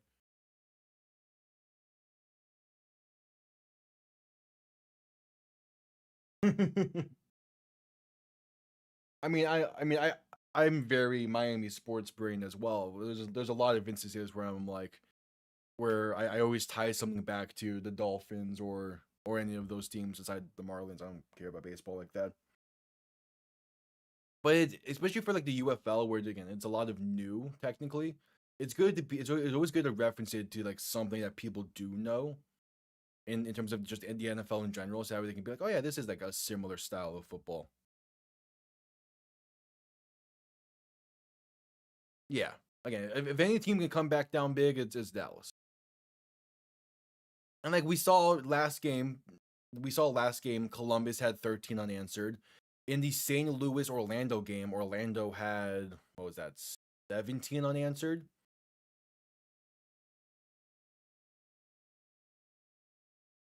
So there's definitely potential. But it's all gonna start with this Dallas defense needing to make a stand against the Kings offense to begin the half.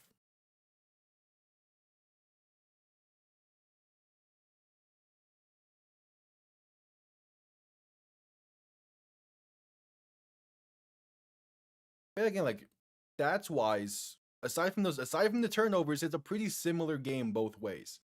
Dallas has more yards, technically more rushing yards, but it's by two. Pretty similar red zone efficiencies. It's just those two turnovers. Second half kickoff underway. Going to be bouncing in towards the end zone for a touchback here. Or are they going to... Was a whistle blown that didn't catch?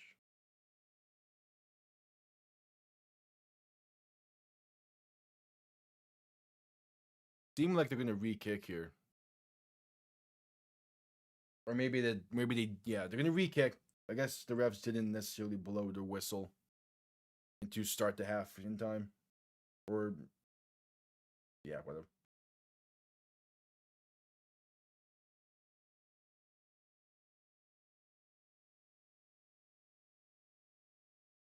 All right, now the second half kickoff is underway. Going to be returned beginning from the 4. Based out past the 20, 25, past the 30. Brought down right around the 35, maybe 36. Kings will start from there.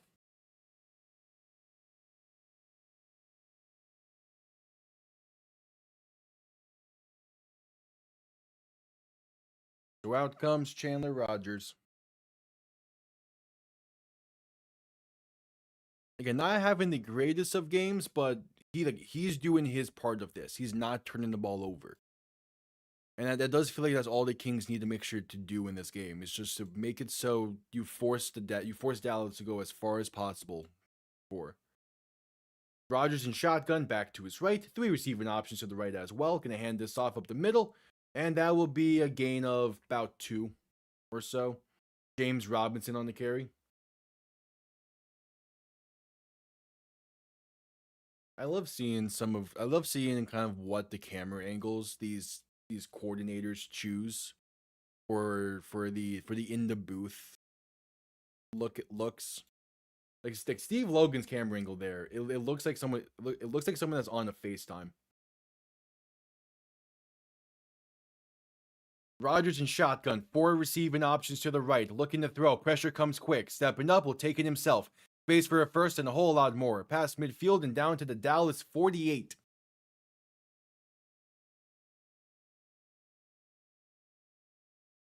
Oh yeah. Oh yeah. Yeah, I keep up with baseball. I don't like watch it or like necessarily like insanely follow it. But yeah, I know some of the teams are off to a bad starts, and seeing those fans react to it has been kind of funny. Handoff up the middle, going to be a gain of roughly a yard. They're gonna move him back too. Be a loss of a yard there. It's James Robinson on the carry. Like seeing Mets fans over the past 2-3 weeks has been funny, and the start they've been on. I haven't been seeing a lot from Phillies fans because the Mets have been taken over. Rogers in shotgun, back to his left, 3 receivers to the right, 2nd and 11. Going to look to throw. Has some time, pass left side, tipped and incomplete. Couldn't hang on to it. Ajeen Harris in coverage. Lucky Jackson, the intended target, his first target of the game. And it's going to be a 3rd and 11.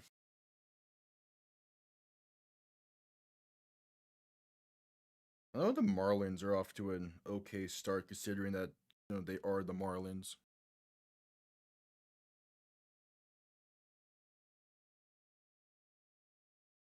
All right, Rogers in shotgun, back to his left. 2 receiving options to each side, 3rd and 10. Going to look to throw. Rogers with some time, deep shot, right side, going to be caught. Oh, incomplete. Ugh. Incomplete, but there's a penalty. Tried going back to it, got held up a bit there. Looking for Caden Prather. I imagine this is DPI. I'm not sure why you thought about saying caught there. Are they saying that's offensive pass interference?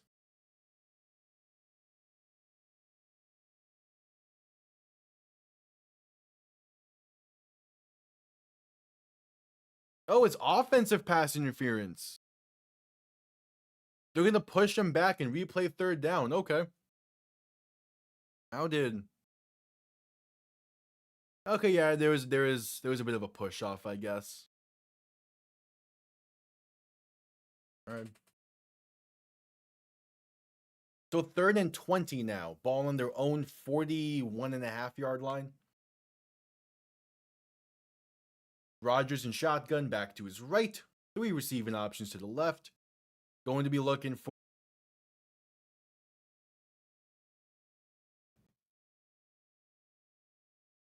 Okay. I cannot stand this laptop right now. So just like yesterday, for some reason, my laptop randomly restarted. Because of course it did. So let me... I think when you're in the end of the road for this thing. At this point, I'm hoping it survives 1 more week.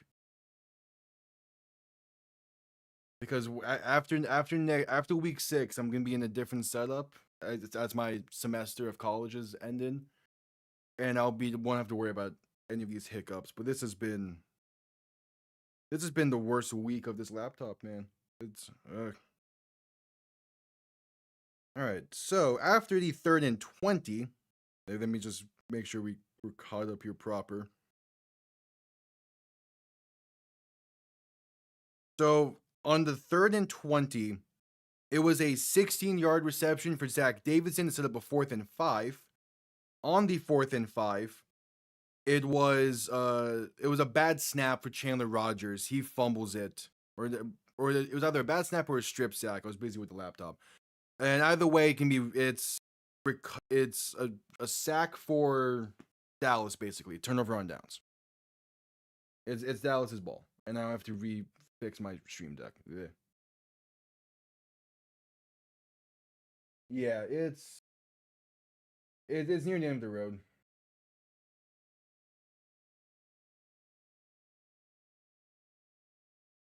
Which, if I need to for the NFL and next year, I do have my main school laptop I could use. It's just I need to get everything reset up on that, which would be a summer issue. Yeah, so the Kings just had the ball. They turned it over on downs. So it's the Renegades ball now, and I need to let me just do it manually for right now. I'm also just realizing I never give the teams their timeouts back after the half. That was, yeah.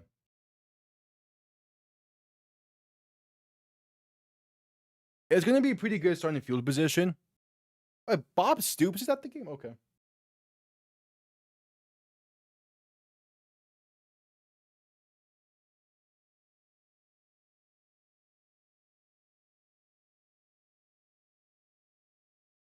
Yeah, he's going to be, I think, just past midfield, starting field position.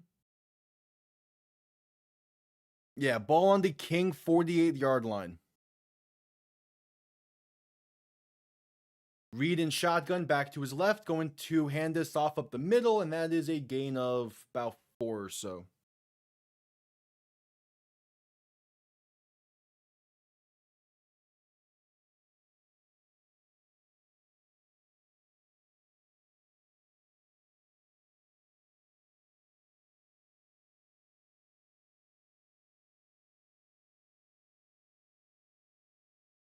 All right, so 2nd and 6. Reed in shotgun. Back to his right. 2 receiving options to each side, looking to throw in 2nd and 6. Pressure coming, rolling right, buying some time. Still looking, going to dump this off, and that's going to be enough for the first. Inside the 40 to about the 35. It is Ellis Merriweather on the grab. Third quarter. I have to open up the score counter again. All right. Reed looking to throw in 1st and 10. Pass left side, going to be off the mark and incomplete. Looking for Merriweather. Dallas is driving. We're troubleshooting. Everything's going good.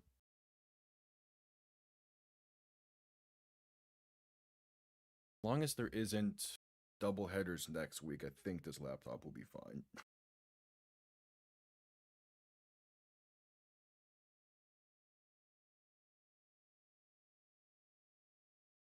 Just technically not. Cool. Reed under center, back behind him, 3 receiving options to the left. Going to hand this off, going right, and has some space. Inside the 30 and down to about the 26 or so.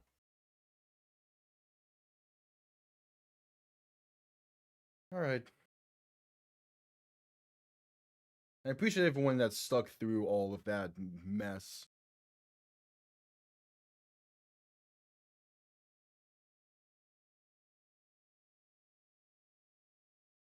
It is a 3rd and 2 coming up for Dallas. It is weird seeing Bob Stoops in the announcer booth. In the booth with the announcers instead of on the sideline for this Dallas team. Gonna hand this off up the middle, and that's enough for the first. A gain of about 4 or so. So first down pickup for Dallas.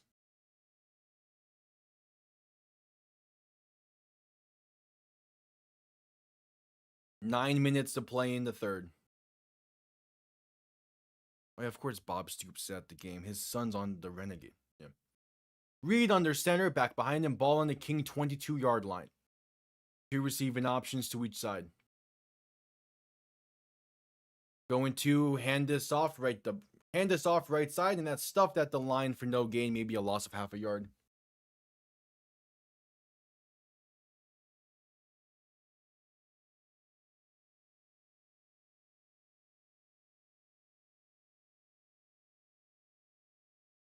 All right.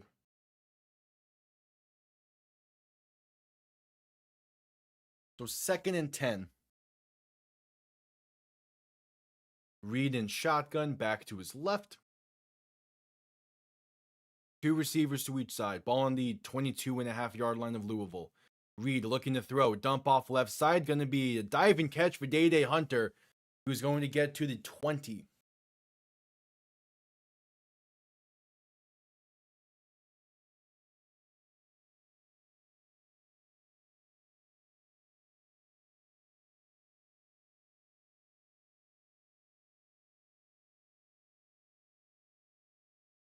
So 3rd and 8 coming up.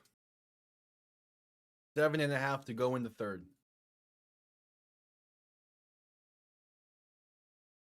Reed in shotgun, back to his left. 3 receivers to the right. There's movement up front before the snap to make it Dallas here on a false start. Because while, yes, the Kings jumped initially, it wasn't really enough. Yeah, false start against Dallas. Again, there was movement up front initially for the Kings, but it wasn't enough for it to be like an encroachment or anything. So then when the Dallas left guard moved later afterwards, he gets called for the false start. 3rd and 13.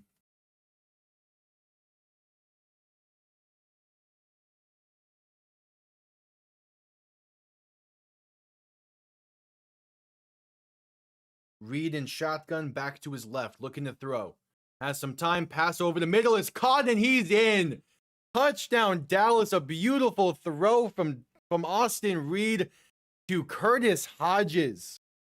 And this is a 1-score game once again. A 25-yard strike with 7 minutes to play in the 3rd. Curtis Hodges had just had about 2 steps on his defender. It's a beautiful seam throw for Austin Reed. And that's on the money there. Beauty. In stride, that's a great throw.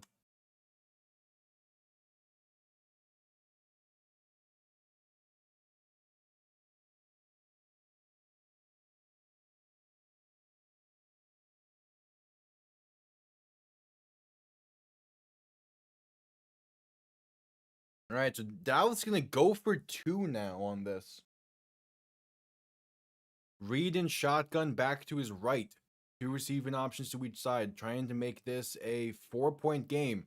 Reed rolling right, looking to throw. No one's even close to open. It's intercepted in the end zone. Okay, I like taking a gamble there. Either way, it's still a 1-score game. If you get the conversion attempt, you make it to where a field goal ties it up. So going for 2 would have made it a 4-point game, and there is a 4-point field goal in the UFL. So it makes it to where a field goal would tie it. So it makes sense. I just don't feel like that play call made that much sense.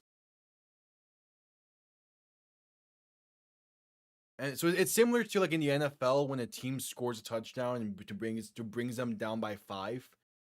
More often than not, you would see them go for 2 to make it a 3-point game. It's the same thing, but in UFL, 4 points is a field goal game now.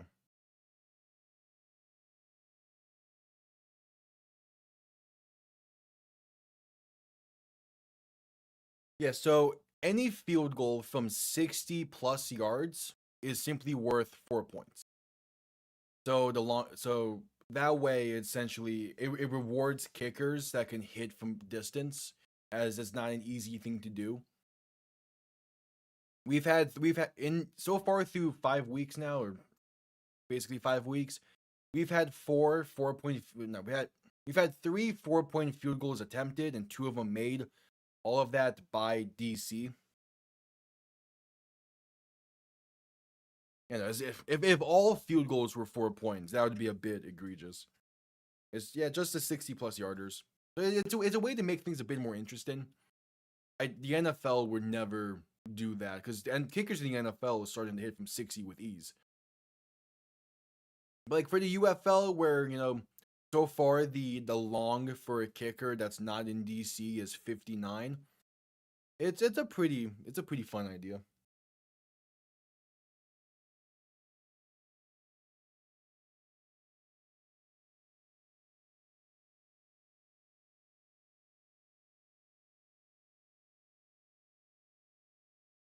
If at commercial break after it.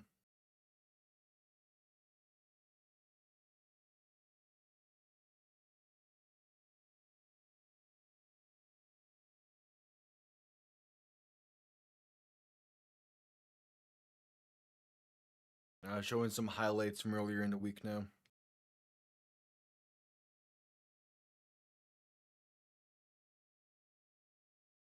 Yeah, that St. Louis Orlando game last night was damn good.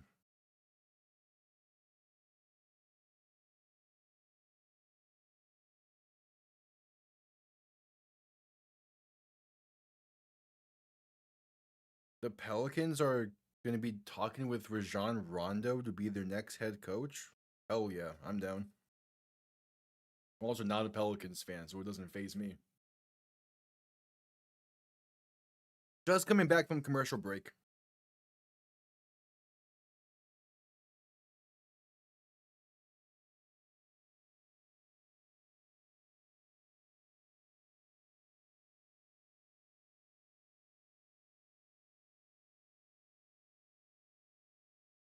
Teams lining up for the kickoff. It is Colton Thieker on to send this one down.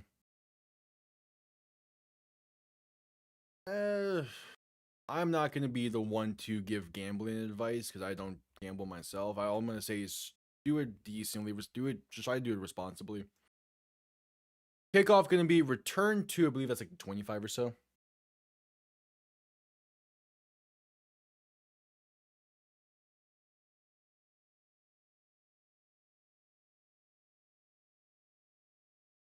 Yep, week 6's slate really begins Thursday night. No, that does not look like. Yeah, it is week 6's slate. Okay. Rodgers in shotgun, back to his right, 2 receivers to each side. Ball on. What the hell?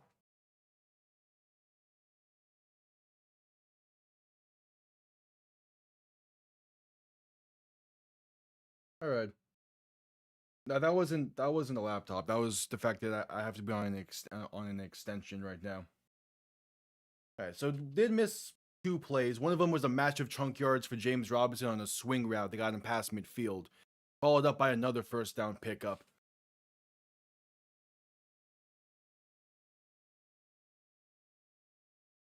So it's 1st and 10 from the Dallas 40.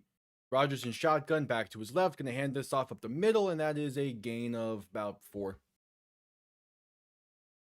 For some reason, the main, like the proper internet in my complex is not entertaining the idea of working right now properly. So I have to be on my extension, which is good, but it could be better.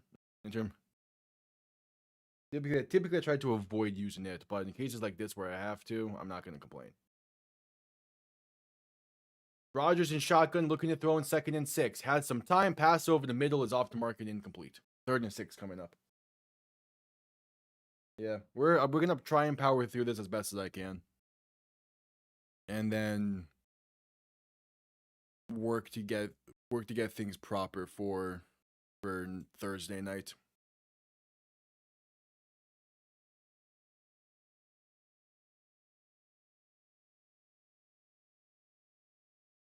Rodgers in shotgun, back to his right, 3rd and 6. 2 receivers to each side. Play clock winding down. Ball on the Dallas 36-yard line. They get the snap off in time as Rodgers looks to throw. Pass left side, going to be caught. Enough for the first, up to the 29. It is Tyler Hudson on the grab. Yeah, if you're going to gamble, set limits. Have a hard cutoff. Just do it responsibly. Rodgers in shotgun, back to his left. 2 receiving options to each side. Going to have a fake double end around here. So it's a handoff right side. Breaks off 1 tackle and has space. Inside the 25 and out of bounds around the 21. Ian Wheeler on the carry. I like the fake double reverse.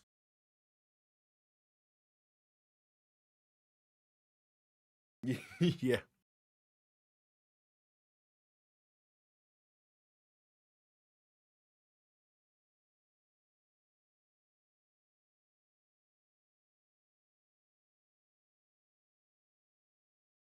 So 2nd and 1, ball on the 20, they're ruling it.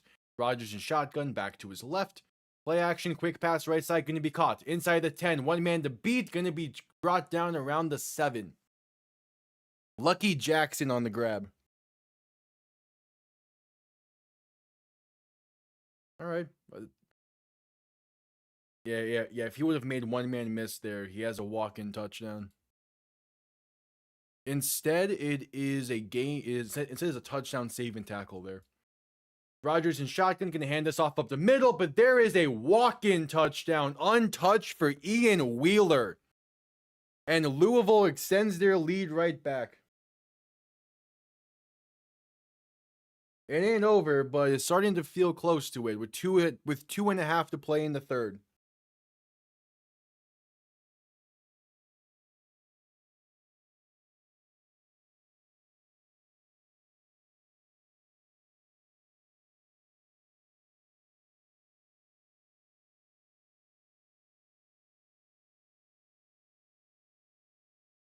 All right, 2.5 to go in the 3rd.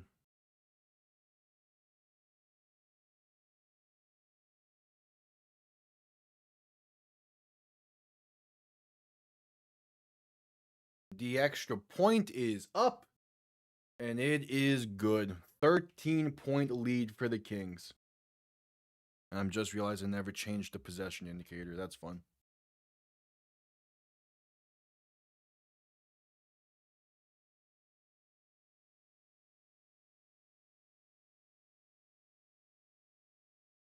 No, they're not going for 2. It wouldn't make sense for them to go for 2.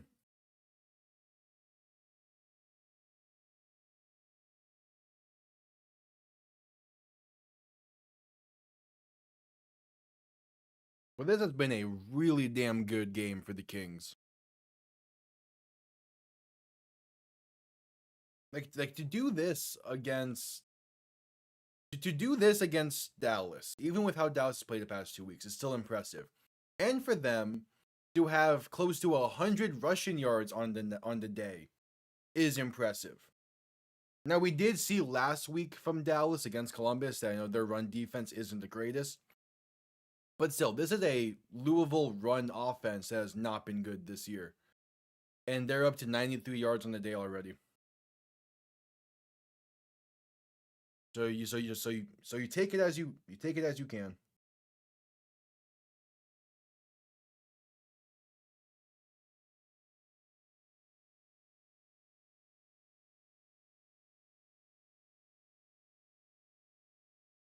So Tanner Brown on for the kickoff, going to be returned beginning from about the 1. Based off past the 15, past the 20, 25, out past the 30, and brought down around the 33. Not bad. Also, just seen this report. In terms of CFL teams, the Winnipeg owns the exclusive negotiation rights with Diego Pavia in the CFL. So that's funny. We might be seeing him in the CFL. Though I do feel like him in the UFL would be fun to watch next year. Or hell, even this year if possible. I'm not sure if that is, though.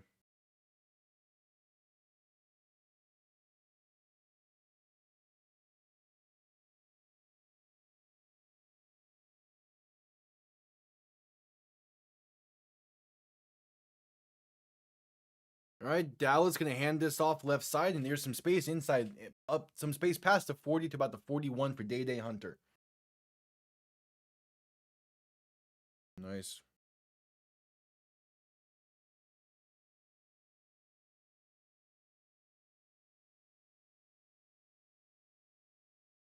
So 2nd and 3 after the gain of roughly 7.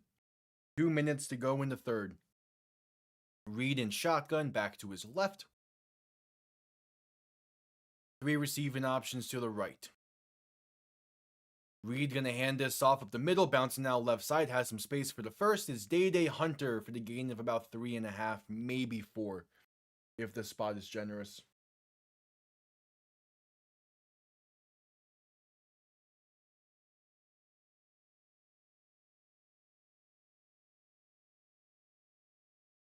All right, 1st and 10.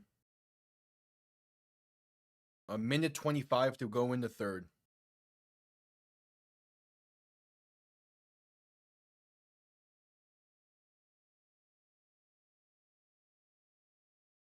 Reed under center, back behind him, 2 receiving options to each side. Play action, looking to throw. Has some time, pass in deep over the middle, is off the mark and incomplete. Was looking for Drake Stoops.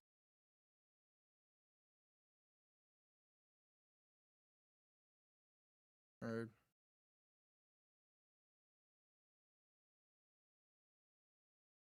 2nd and 10 coming up.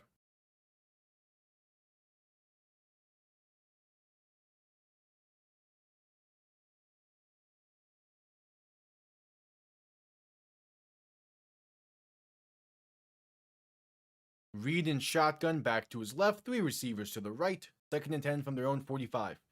Reed looking to throw. Pass left side is intercepted. The 3rd of the game. And there's space. It's a foot race. Inside the 20 and out of bounds at the 17. It's Corey Mayfield. His 2nd of the game. Austin Reed's 3rd thrown of the game. And this Dallas offense. What is happening with them? Threw it barely too far inside on the stop route. Was looking for Tyler Vaughns. That is now the 2nd interception thrown today towards Tyler Vaughns. I mean, it does very much seem like if you contain Tyler Vaughns, you contain the Renegades. But this is getting ugly.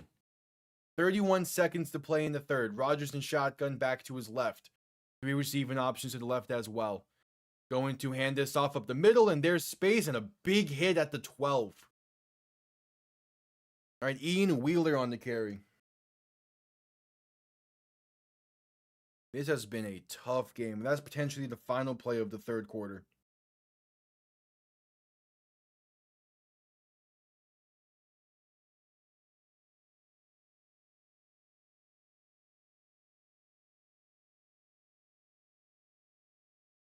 Yep, that'll be the end of the third. 15 minutes remain in what has been a game to forget if you are Dallas and a game to remember if you are the Kings.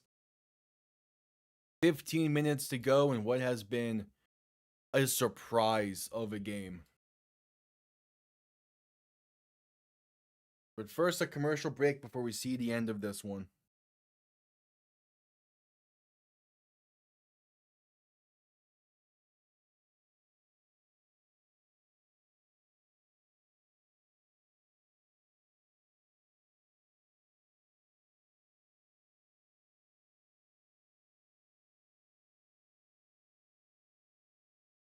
Yep, at commercial break.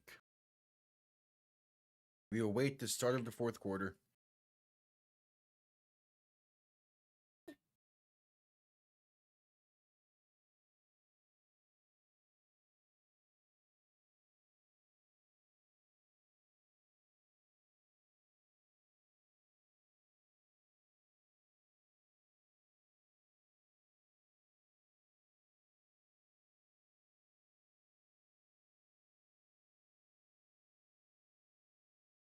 It's been a tough game for Dallas's offense.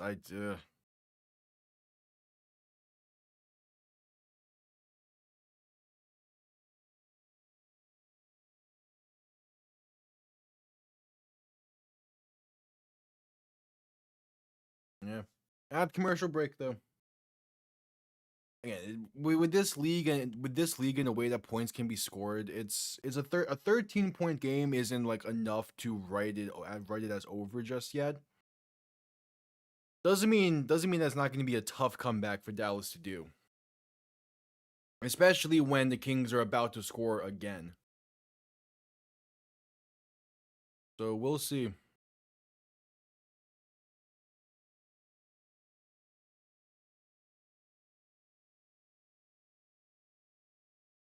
We will see.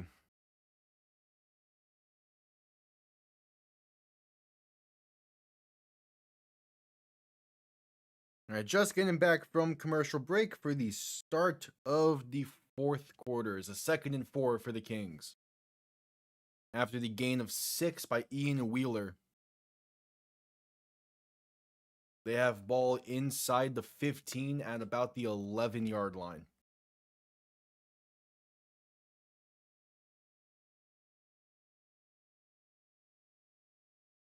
I mean, if they find the end zone here and they make this a 20-point game potentially, and like truly get it to that 3 possession mark,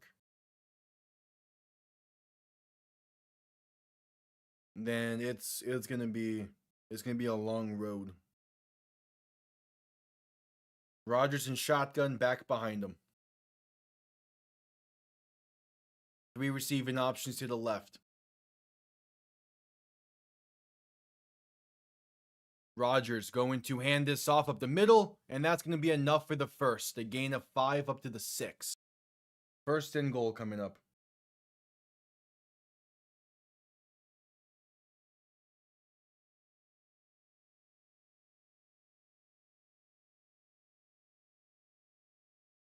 So 1st and goal.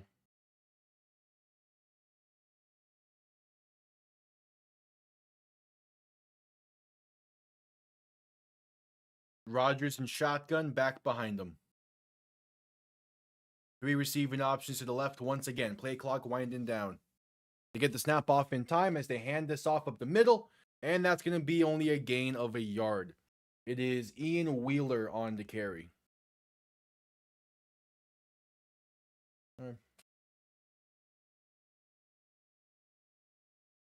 No, I'm impartial for all the UFL stuff. My team for the XFL back in the XFL 2.0 was the New York Guardians.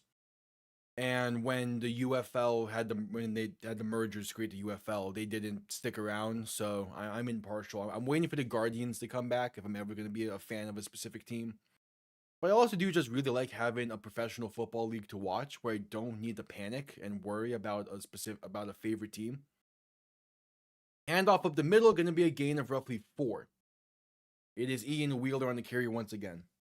It's like during the NFL season, I have the Dolphins to really like make me upset. So it's nice to have football where I don't need to be like angry at something or don't feel the need to do so.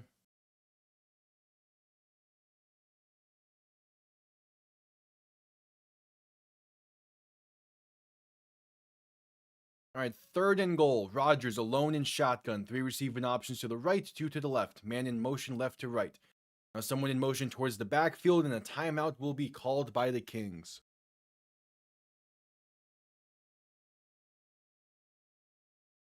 Yeah, so more so I root for specific players in the UFL because of guys I don't want to see have a shot at the NFL. Then I do like specific teams.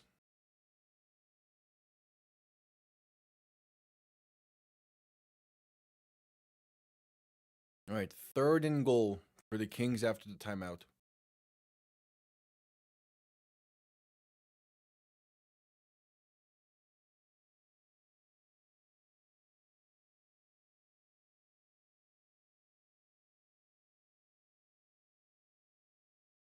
Yeah. Is that a recent thing? Or was that from last night? I know last night I believe is when they played last. Whenever that series happened last. I know there was a fight towards the end of it. Probably last night then. Rodgers in shotgun back behind him. 3 receiving options to the left. Gonna hand this off up the middle, trying to find a lane, and Ian Wheeler in for 6. There is a penalty down. There is a penalty marker down. So we'll see what this is. I know the Raptors just beat the Cavs in what was not a very entertaining game.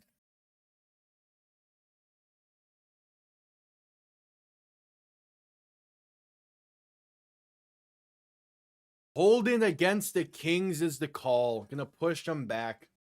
Replay 3rd and goal.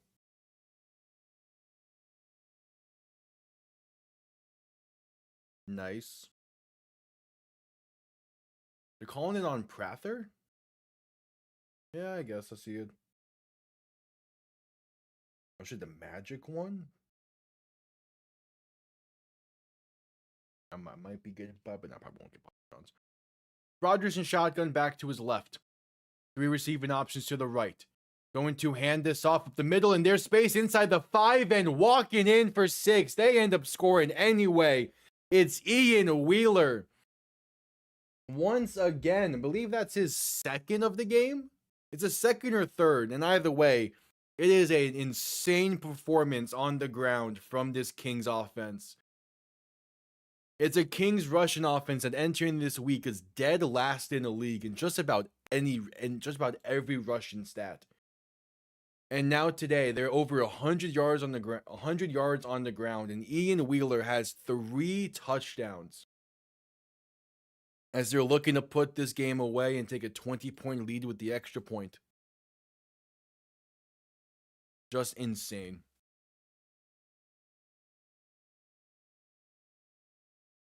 Yeah. Oh, is Dallas going to challenge something here?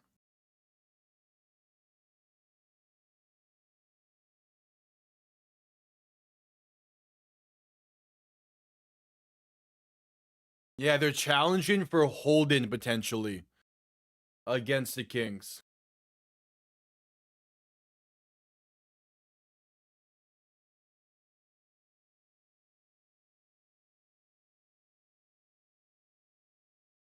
Yeah.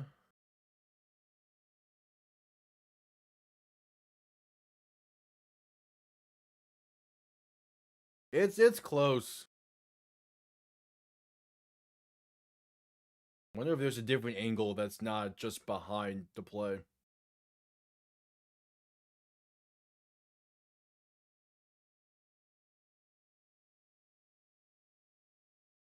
Yeah, they're still taking a look at this.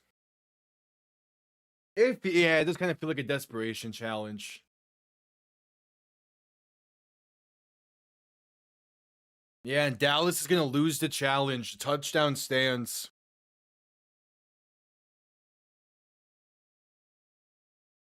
So they get burned a timeout on that as well. It's getting rough. It's getting rough for Dallas at this point.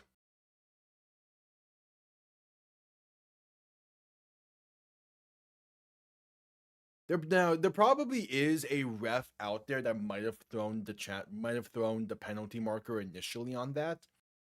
But yeah, it definitely isn't like it's not enough of a restriction. I get what Blandino was saying with it. All right, the extra point is up and right down the middle. It's a 20-point lead for the Kings with just under 13 minutes to play in this one. So that's now 20 points off of the entire lead of the Kings have been off of turnovers. They have 20 points off of turnovers in this game. All three of the interceptions have led to 20 points. And that's legit the difference in this game.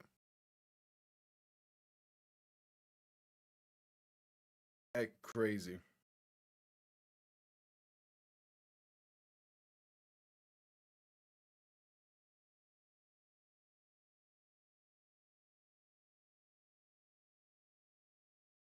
But yep, at commercial break after the touchdown run for Ian Wheeler.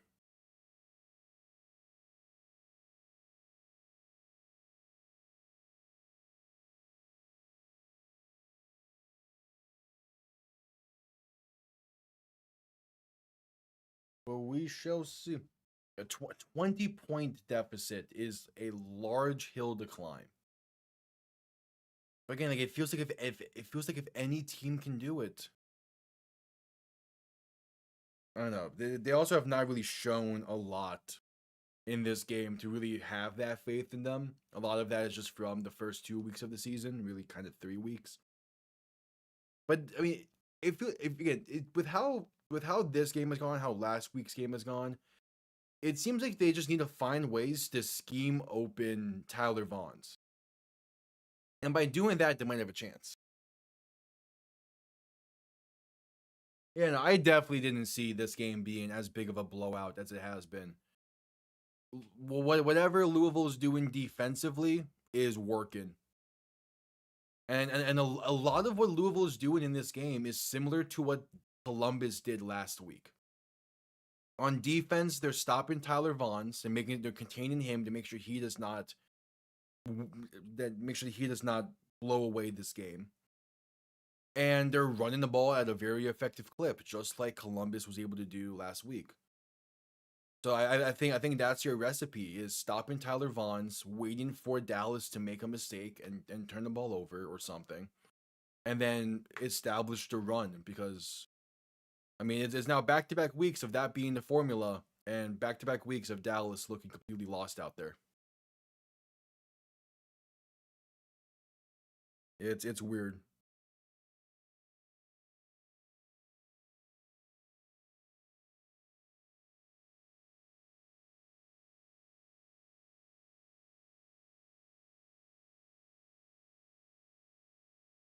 Just getting back from commercial break. Yeah, what has been a very, very, very one-sided game. There was a moment in time there where it looked like Dallas may work their way back into this.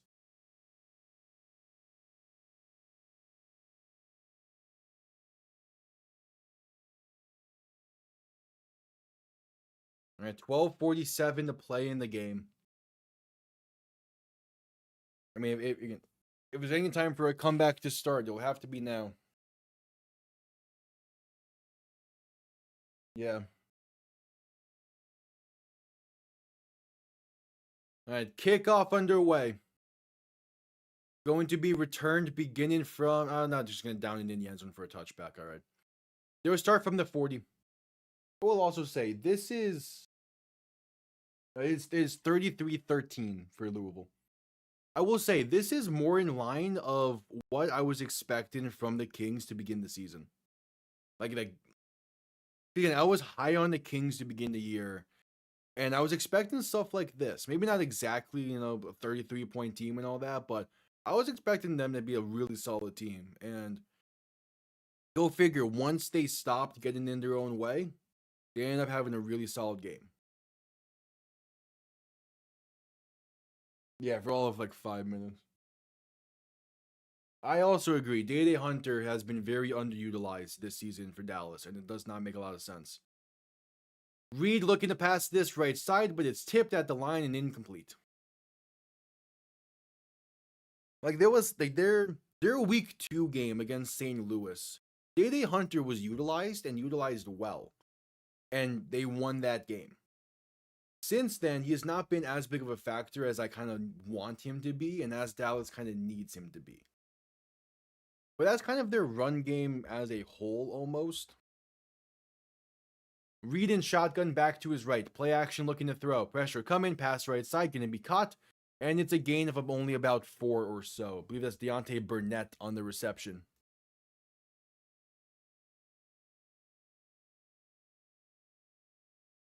Yeah, it's just weird. Because especially when Tyler Vaughns is being shut down the way he is, Day Hunter is the perfect fallback. But they're not utilizing them. Reed and shotgun back to his right, 2 receivers to each side, play action looking to throw, passes intercepted, the 4th of the game. And this is going to be the 2nd pick 6 of the game. What is happening with Dallas?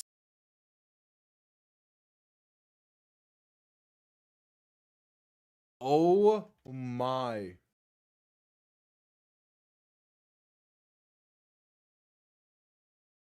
It's Antonio Greer with the pick 6, and this is a burn the tape game.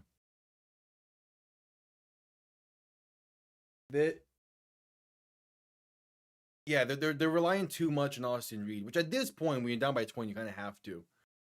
But this is a burn the tape type of game.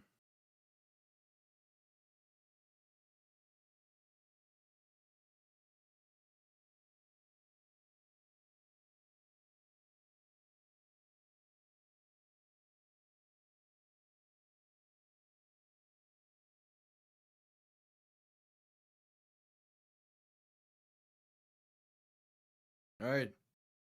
The extra point.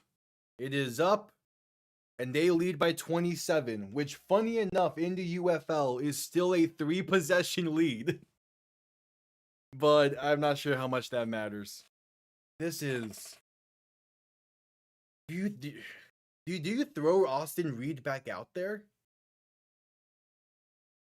Again, Luis Perez in St. Louis. But this has been. I don't know what he's seeing out there. This is ugly.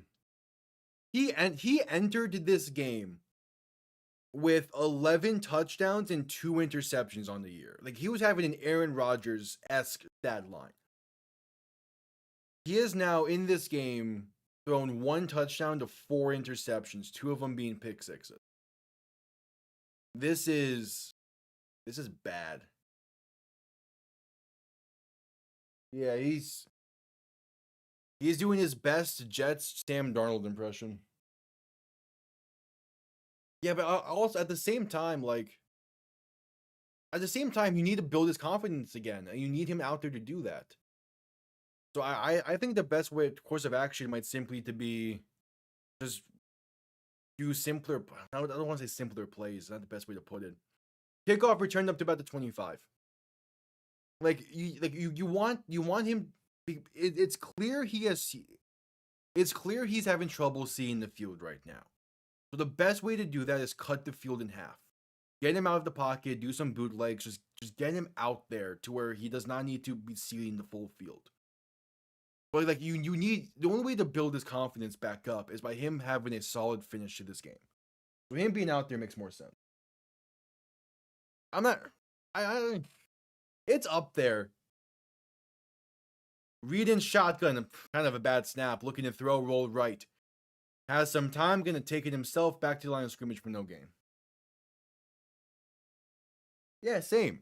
I was saying during the NFL draft that I was saying on Friday night during the NFL draft that the Jets are passing on quarterbacks so they can sign Austin Reed. They still might, because this is a very Jets QB like performance. But I don't know. I was also saying that for Arizona, which again, very Arizona like performance right now. Reed under center, gonna hand this off the middle, and that's gonna be a nice hurdle to get a gain of 6. And actually still finds his way to stay on his feet and keep fighting. Maybe a gain of 9.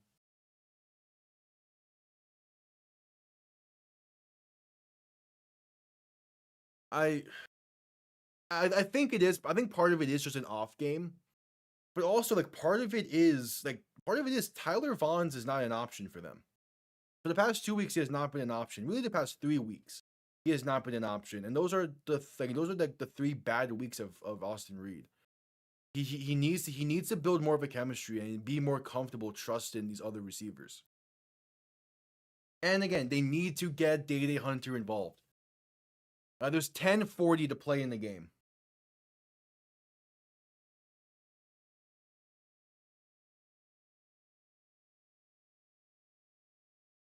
Going to hand this off up the middle, and that's enough for the first on 3rd and 1. Gain of roughly 2.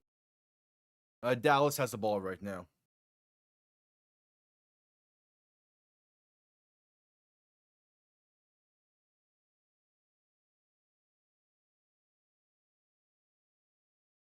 First and 10 coming up. I also buy into the fact that the Kings are better than a 1-3 record shows. It's just that it took them way too long to find that rhythm that they've needed. Reed pass right side is a beautiful one, caught with plenty of space. Inside the 20, the 15, the 10, the 5. It's Curtis Hodges down to the 1. Like and then Reed does a throw like that. He is first and goal for Dallas coming up. I mean, maybe you want a different quarterback in there to get some tape, but I mean, Chandler Rogers has been playing playing this game the exact way Austin Reed should have been playing this game, which is simply don't try and turn the ball over. Like, don't turn the ball over. It's a 27-point game right now. Every single one of those 27 points have been off of turnovers. As there's a QB sneak from the 1-yard line, going to be just shy, I believe, of the end zone. So 9 minutes to play in this one. Maybe they did.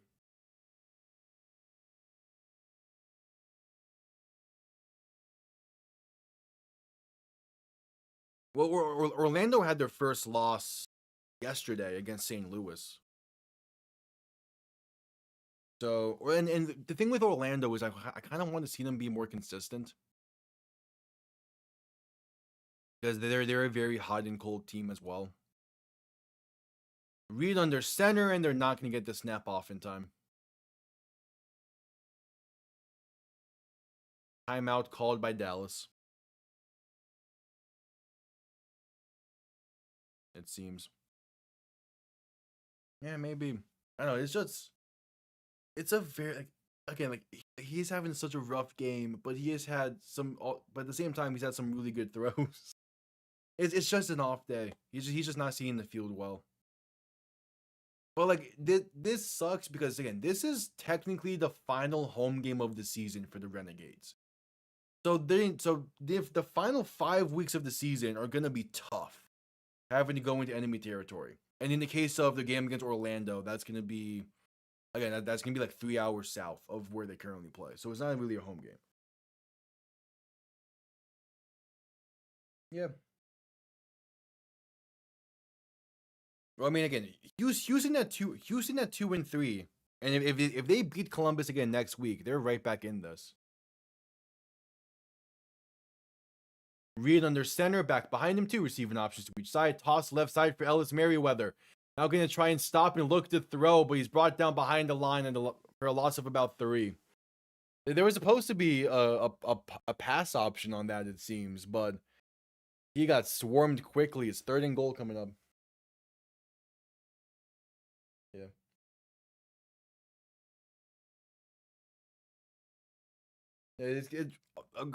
All of a sudden, this week has led to the final 5 weeks being very interesting. Because I was not expecting, this performance out of Louisville. Houston getting the win was shocking to me. St. Louis doing what they were able to do was impressive. Reed looking to throw on 3rd and goal. Pass in the end zone is incomplete, but there is a penalty. 7:41 to play in the game.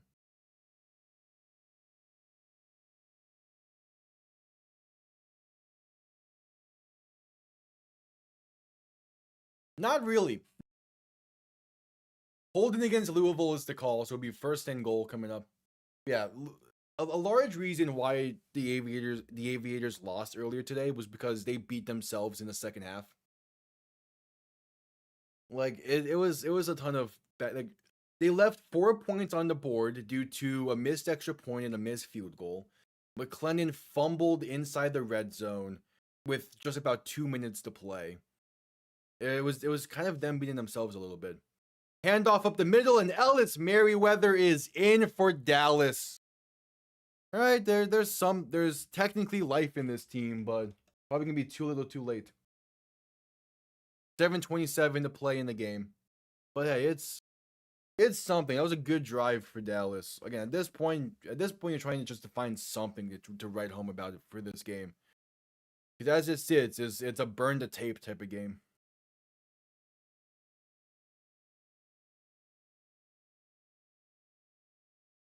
All right, and to try to keep this game alive even more, Dallas will go for 3. It seems. I would imagine so. If they get this 3-point conversion, it'll be a 2-score game. It's a conversion attempt from the 8-yard line. A chance to make this a chance to make it an 18-point game.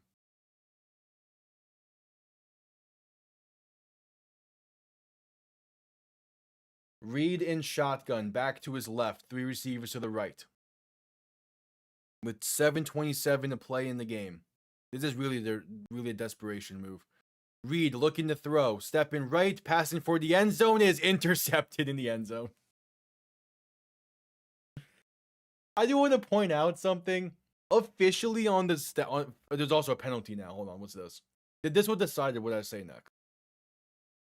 The penalty is against the Kings. There's a roughing the passer penalty. We're gonna redo the try. Okay. So I'm gonna say it this way then. Officially on the stat sheet, it's 4 interceptions. If you're tacking on all the conversion attempts, it is 5. As the 2-point conversion attempt earlier in this game was also intercepted in the end zone. But again, those don't really count towards anything in a weird way. So yeah, now the 3-point conversion attempt is coming from the 4-yard line. Reed in shotgun back to his right. 3 receivers to the right as well. Going to look to throw. Has some time, dump off right side for Day Hunter. Trying to make some people miss, diving forward and brought down at the 1. Alright, so it is a 21. Yeah. It's a 21-point game.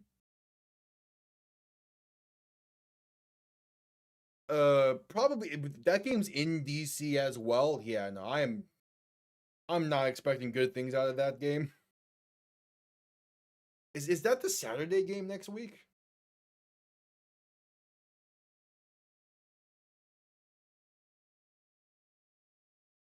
As we head to commercial break.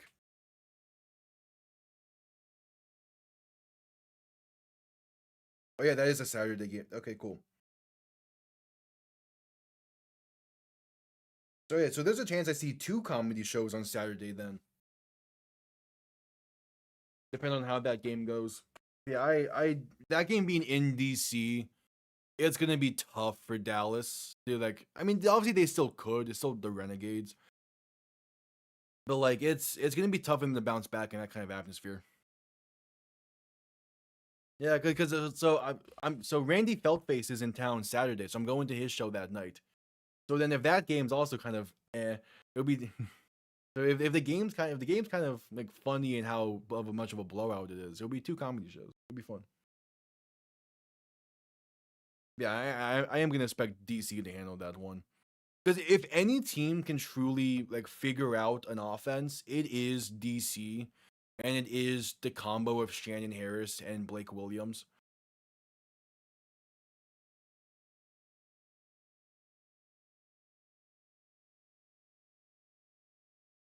So like that's gonna be interesting, in a way.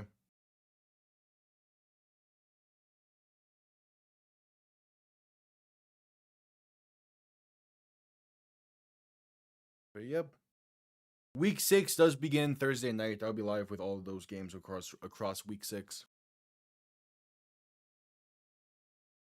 That's fair. But at the same time, Shannon Harris stepped in with a week notice last year as interim head coach and led to the UFL championship. So it's at that point kind of just being greedy because both Reggie Barlow and Shannon Harris are great head coaches. You cannot go wrong with either of those.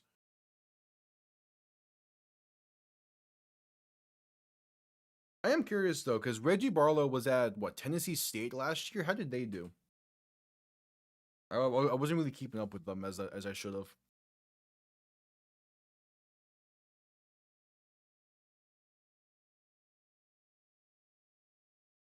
I could probably check.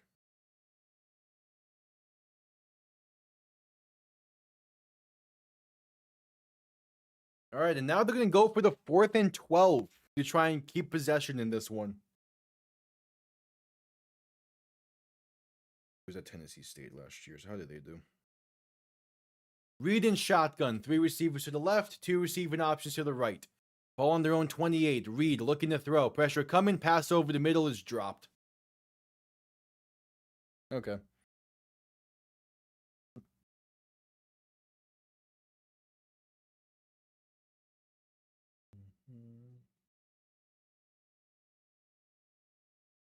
Yeah, it was not a great year last year. I also don't really blame Barlow for that because of just how the transfer portal was for them when Eddie George left. So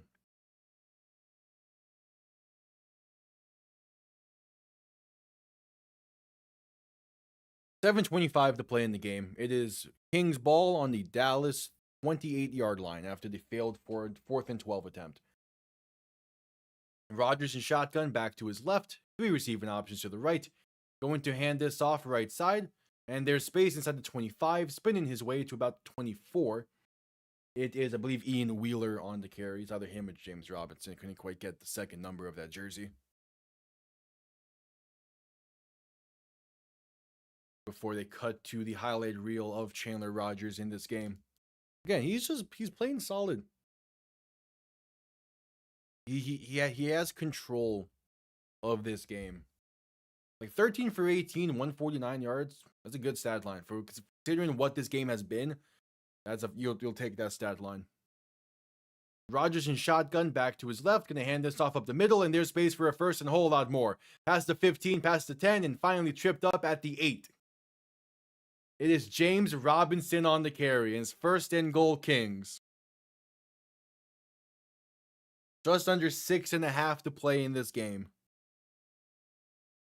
Oh, man. Oh, Diego Pavia got an invite to rookie minicamp for the Baltimore Ravens. Okay. That's something. Rodgers in shotgun back to his left, 3 receiving options to the left as well. Gonna hand this off up the middle. Kind of bounce it out left side for the sideline, but gonna be tripped up around the 5. James Robinson on the carry once again. He's losing his footing quite a bit. Well, 2nd and goal, but him going down like that does allow time time to tick even more, which I'm fine with. All right, second and goal. Rodgers in shotgun, back to his left, 2 receiving options to each side.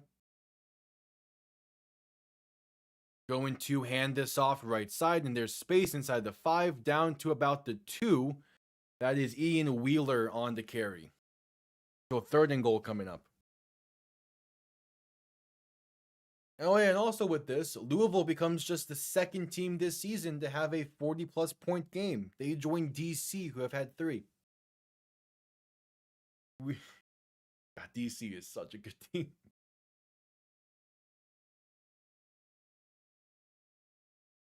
All right, third and goal. Rodgers in shotgun, back to his left. 3 receiving options to the right. There's the handoff up the middle, and that's going to be the second effort push. Might have gotten in. He's in. Is that Ian Wheeler? Ian Wheeler with his 4th of the game. Have mercy, man. Come on, they're already dead. Jeez.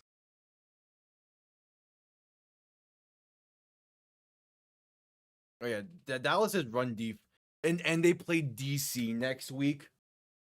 We might see Deion Jackson go for 200 yards next week. We just might. DC already has an insanely good run offense as is. Now going against, oh God, this is gonna be a bloodbath. But Ian Wheeler, 4 rushing touchdowns in the game, ties the single game record for the UFL. The extra point is up, and it is right down the middle.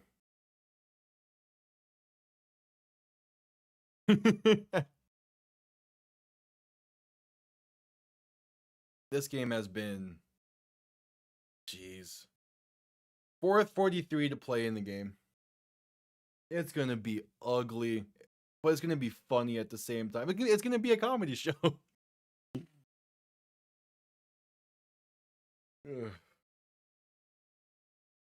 Man. I'll be live with that one Sunday at noon, as well as all the games for week 6 as well. Yeah, this has been, jeez, this game. It's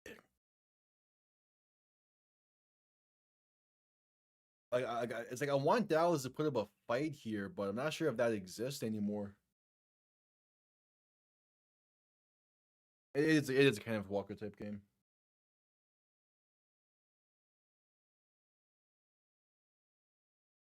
I think at most Dallas scores once more, which it's a 28-point game now. So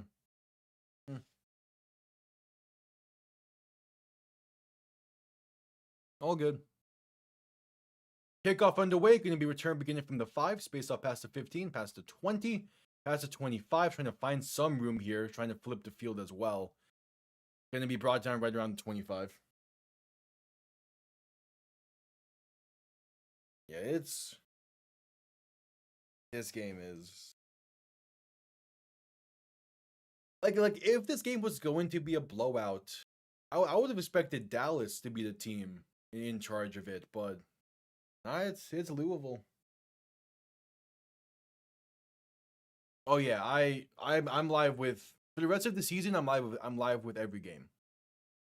The plan is to be live with every game the rest of the way. I had to miss one game not too long ago, but that's the only one that I'm gonna be missing, it seems. I also do the same with the NFL. I go live with a ton of games. Quick pass right side, gonna be caught with space up past the 30 to about the 31, maybe 32. And it's Seth Green slow to get up afterwards. Also, I do believe that Austin Reed's night is done.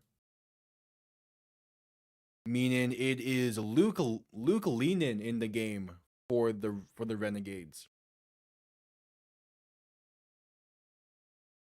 Yeah, Austin Reed's night is done. 50% completion, 195 yards. A good touchdown pass, but then 4 interceptions. It's rough.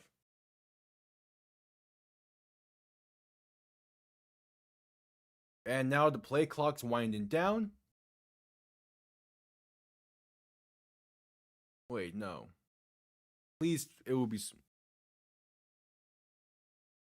The Kings called their second timeout. Is that who I think it is now, the quarterback there? I need to double check who just threw that pass.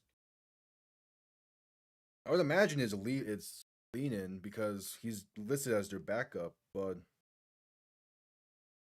I also would not put it past Dallas to have Greg Ward be the quarterback the rest of the way.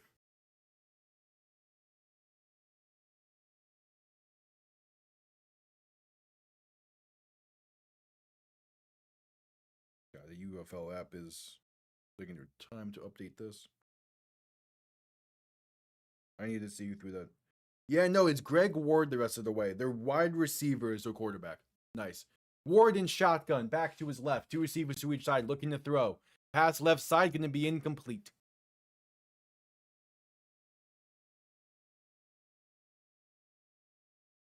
I'm not one that gambles myself. I do predictions for each week.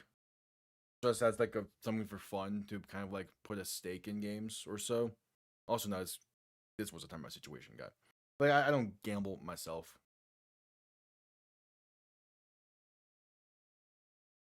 Yeah.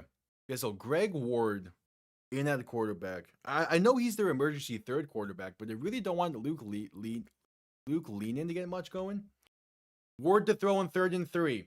Has some time, pass right side. Gonna be caught by Drake Stoops for the first, up to the 39. Yeah. Like for the NFL, I do like the ESPN pick'ems. Me and some friends do it for fun. But like aside from like the predictions each week, I don't care to gamble too much. I look at the lines to have an idea of what is expected of the game, but I don't follow them. I don't bet on them. Ward looking to throw in 1st and 10, now going to take it himself up the middle for a loss of about a yard or so.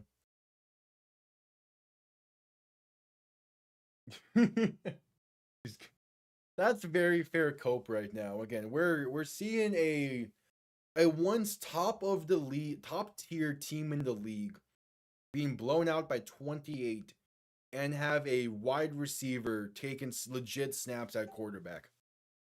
That's not just a wildcat play call. It's something. Ward in shotgun, gonna hand this off up the middle, and that's gonna be stuffed at the line for no gain for Ellis Merriweather. That'll bring us to the 2-minute warning. And again, Dallas plays DC next week.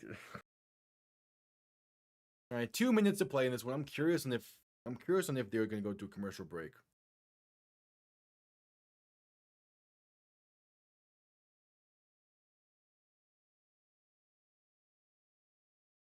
Yep, at commercial break.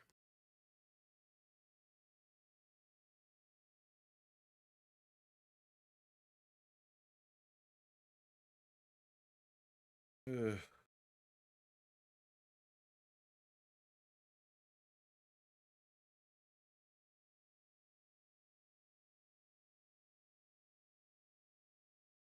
One second.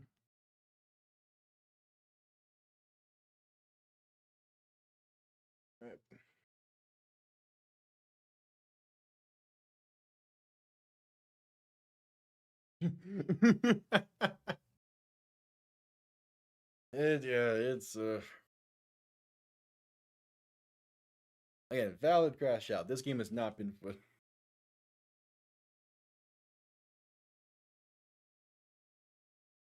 At the same time, though, like again, like after the first 3 weeks, the question was, when is Dallas like is what Dallas is doing sustainable?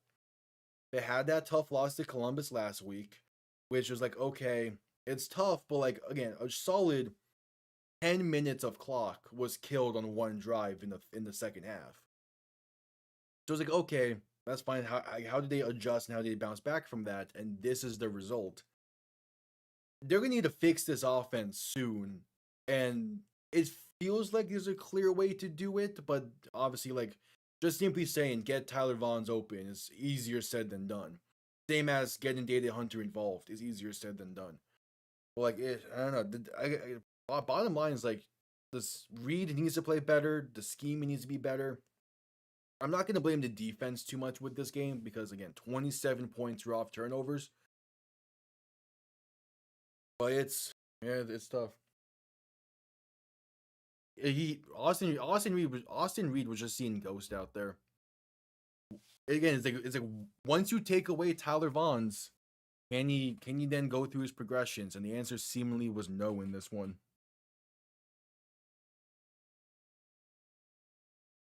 Yeah, that's gonna be again. We might see Deion Jackson run for 200 yards in that game.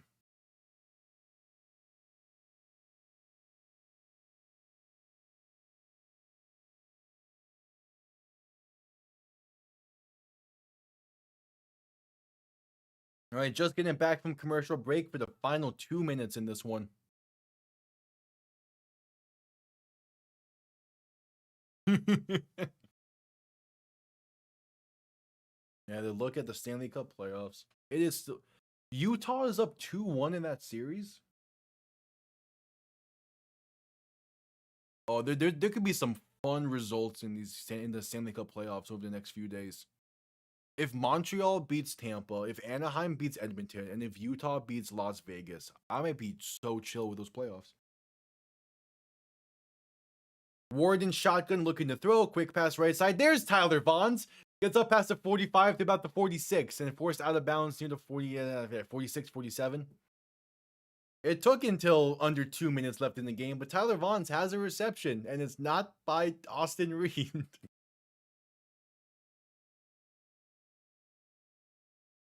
Oh yeah, it's like Austin Jackson, Abram Smith, and Xavier Valade are going to have field days in that.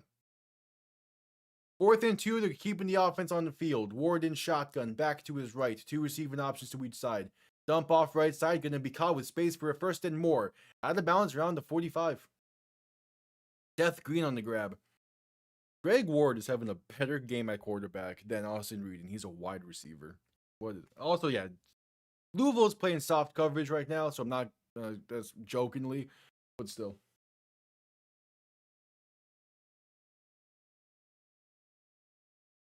Yeah, Tampa plays tonight against Montreal. I think that's actually right after this game. That could be a fun one to keep an eye on. Warden shotgun back to his right. 2 receiving options to each side. 1st and 10, looking to throw. Ward with some time, rolling right, going to look to keep it himself. Now dumps it back over the middle. Going to be enough for the first. Inside the 30, the ball inside the 30 down to the 29. Ball comes out, but the ruled forward progress stopped.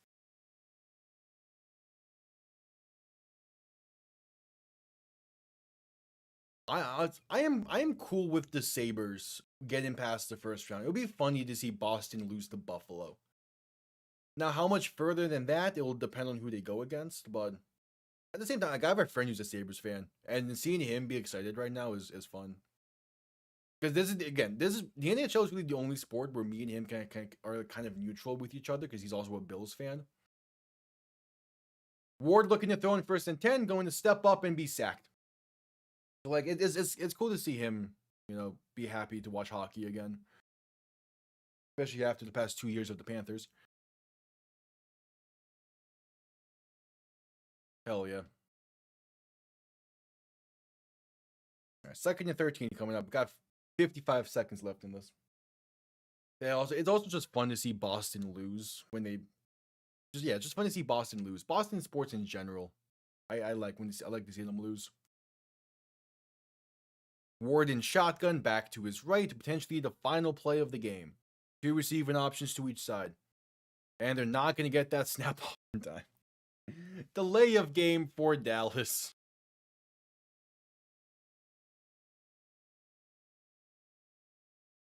Oh, man.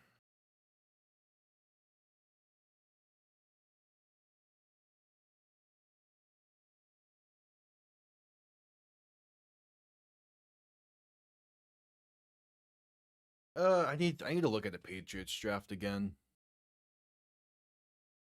I don't remember much about it. Mostly because most of the storyline with the Patriots draft was their head coach. Ward gonna keep it himself right side on the read option, gonna get past the 30 and down to about the 27-ish. And that should be the final play of this one.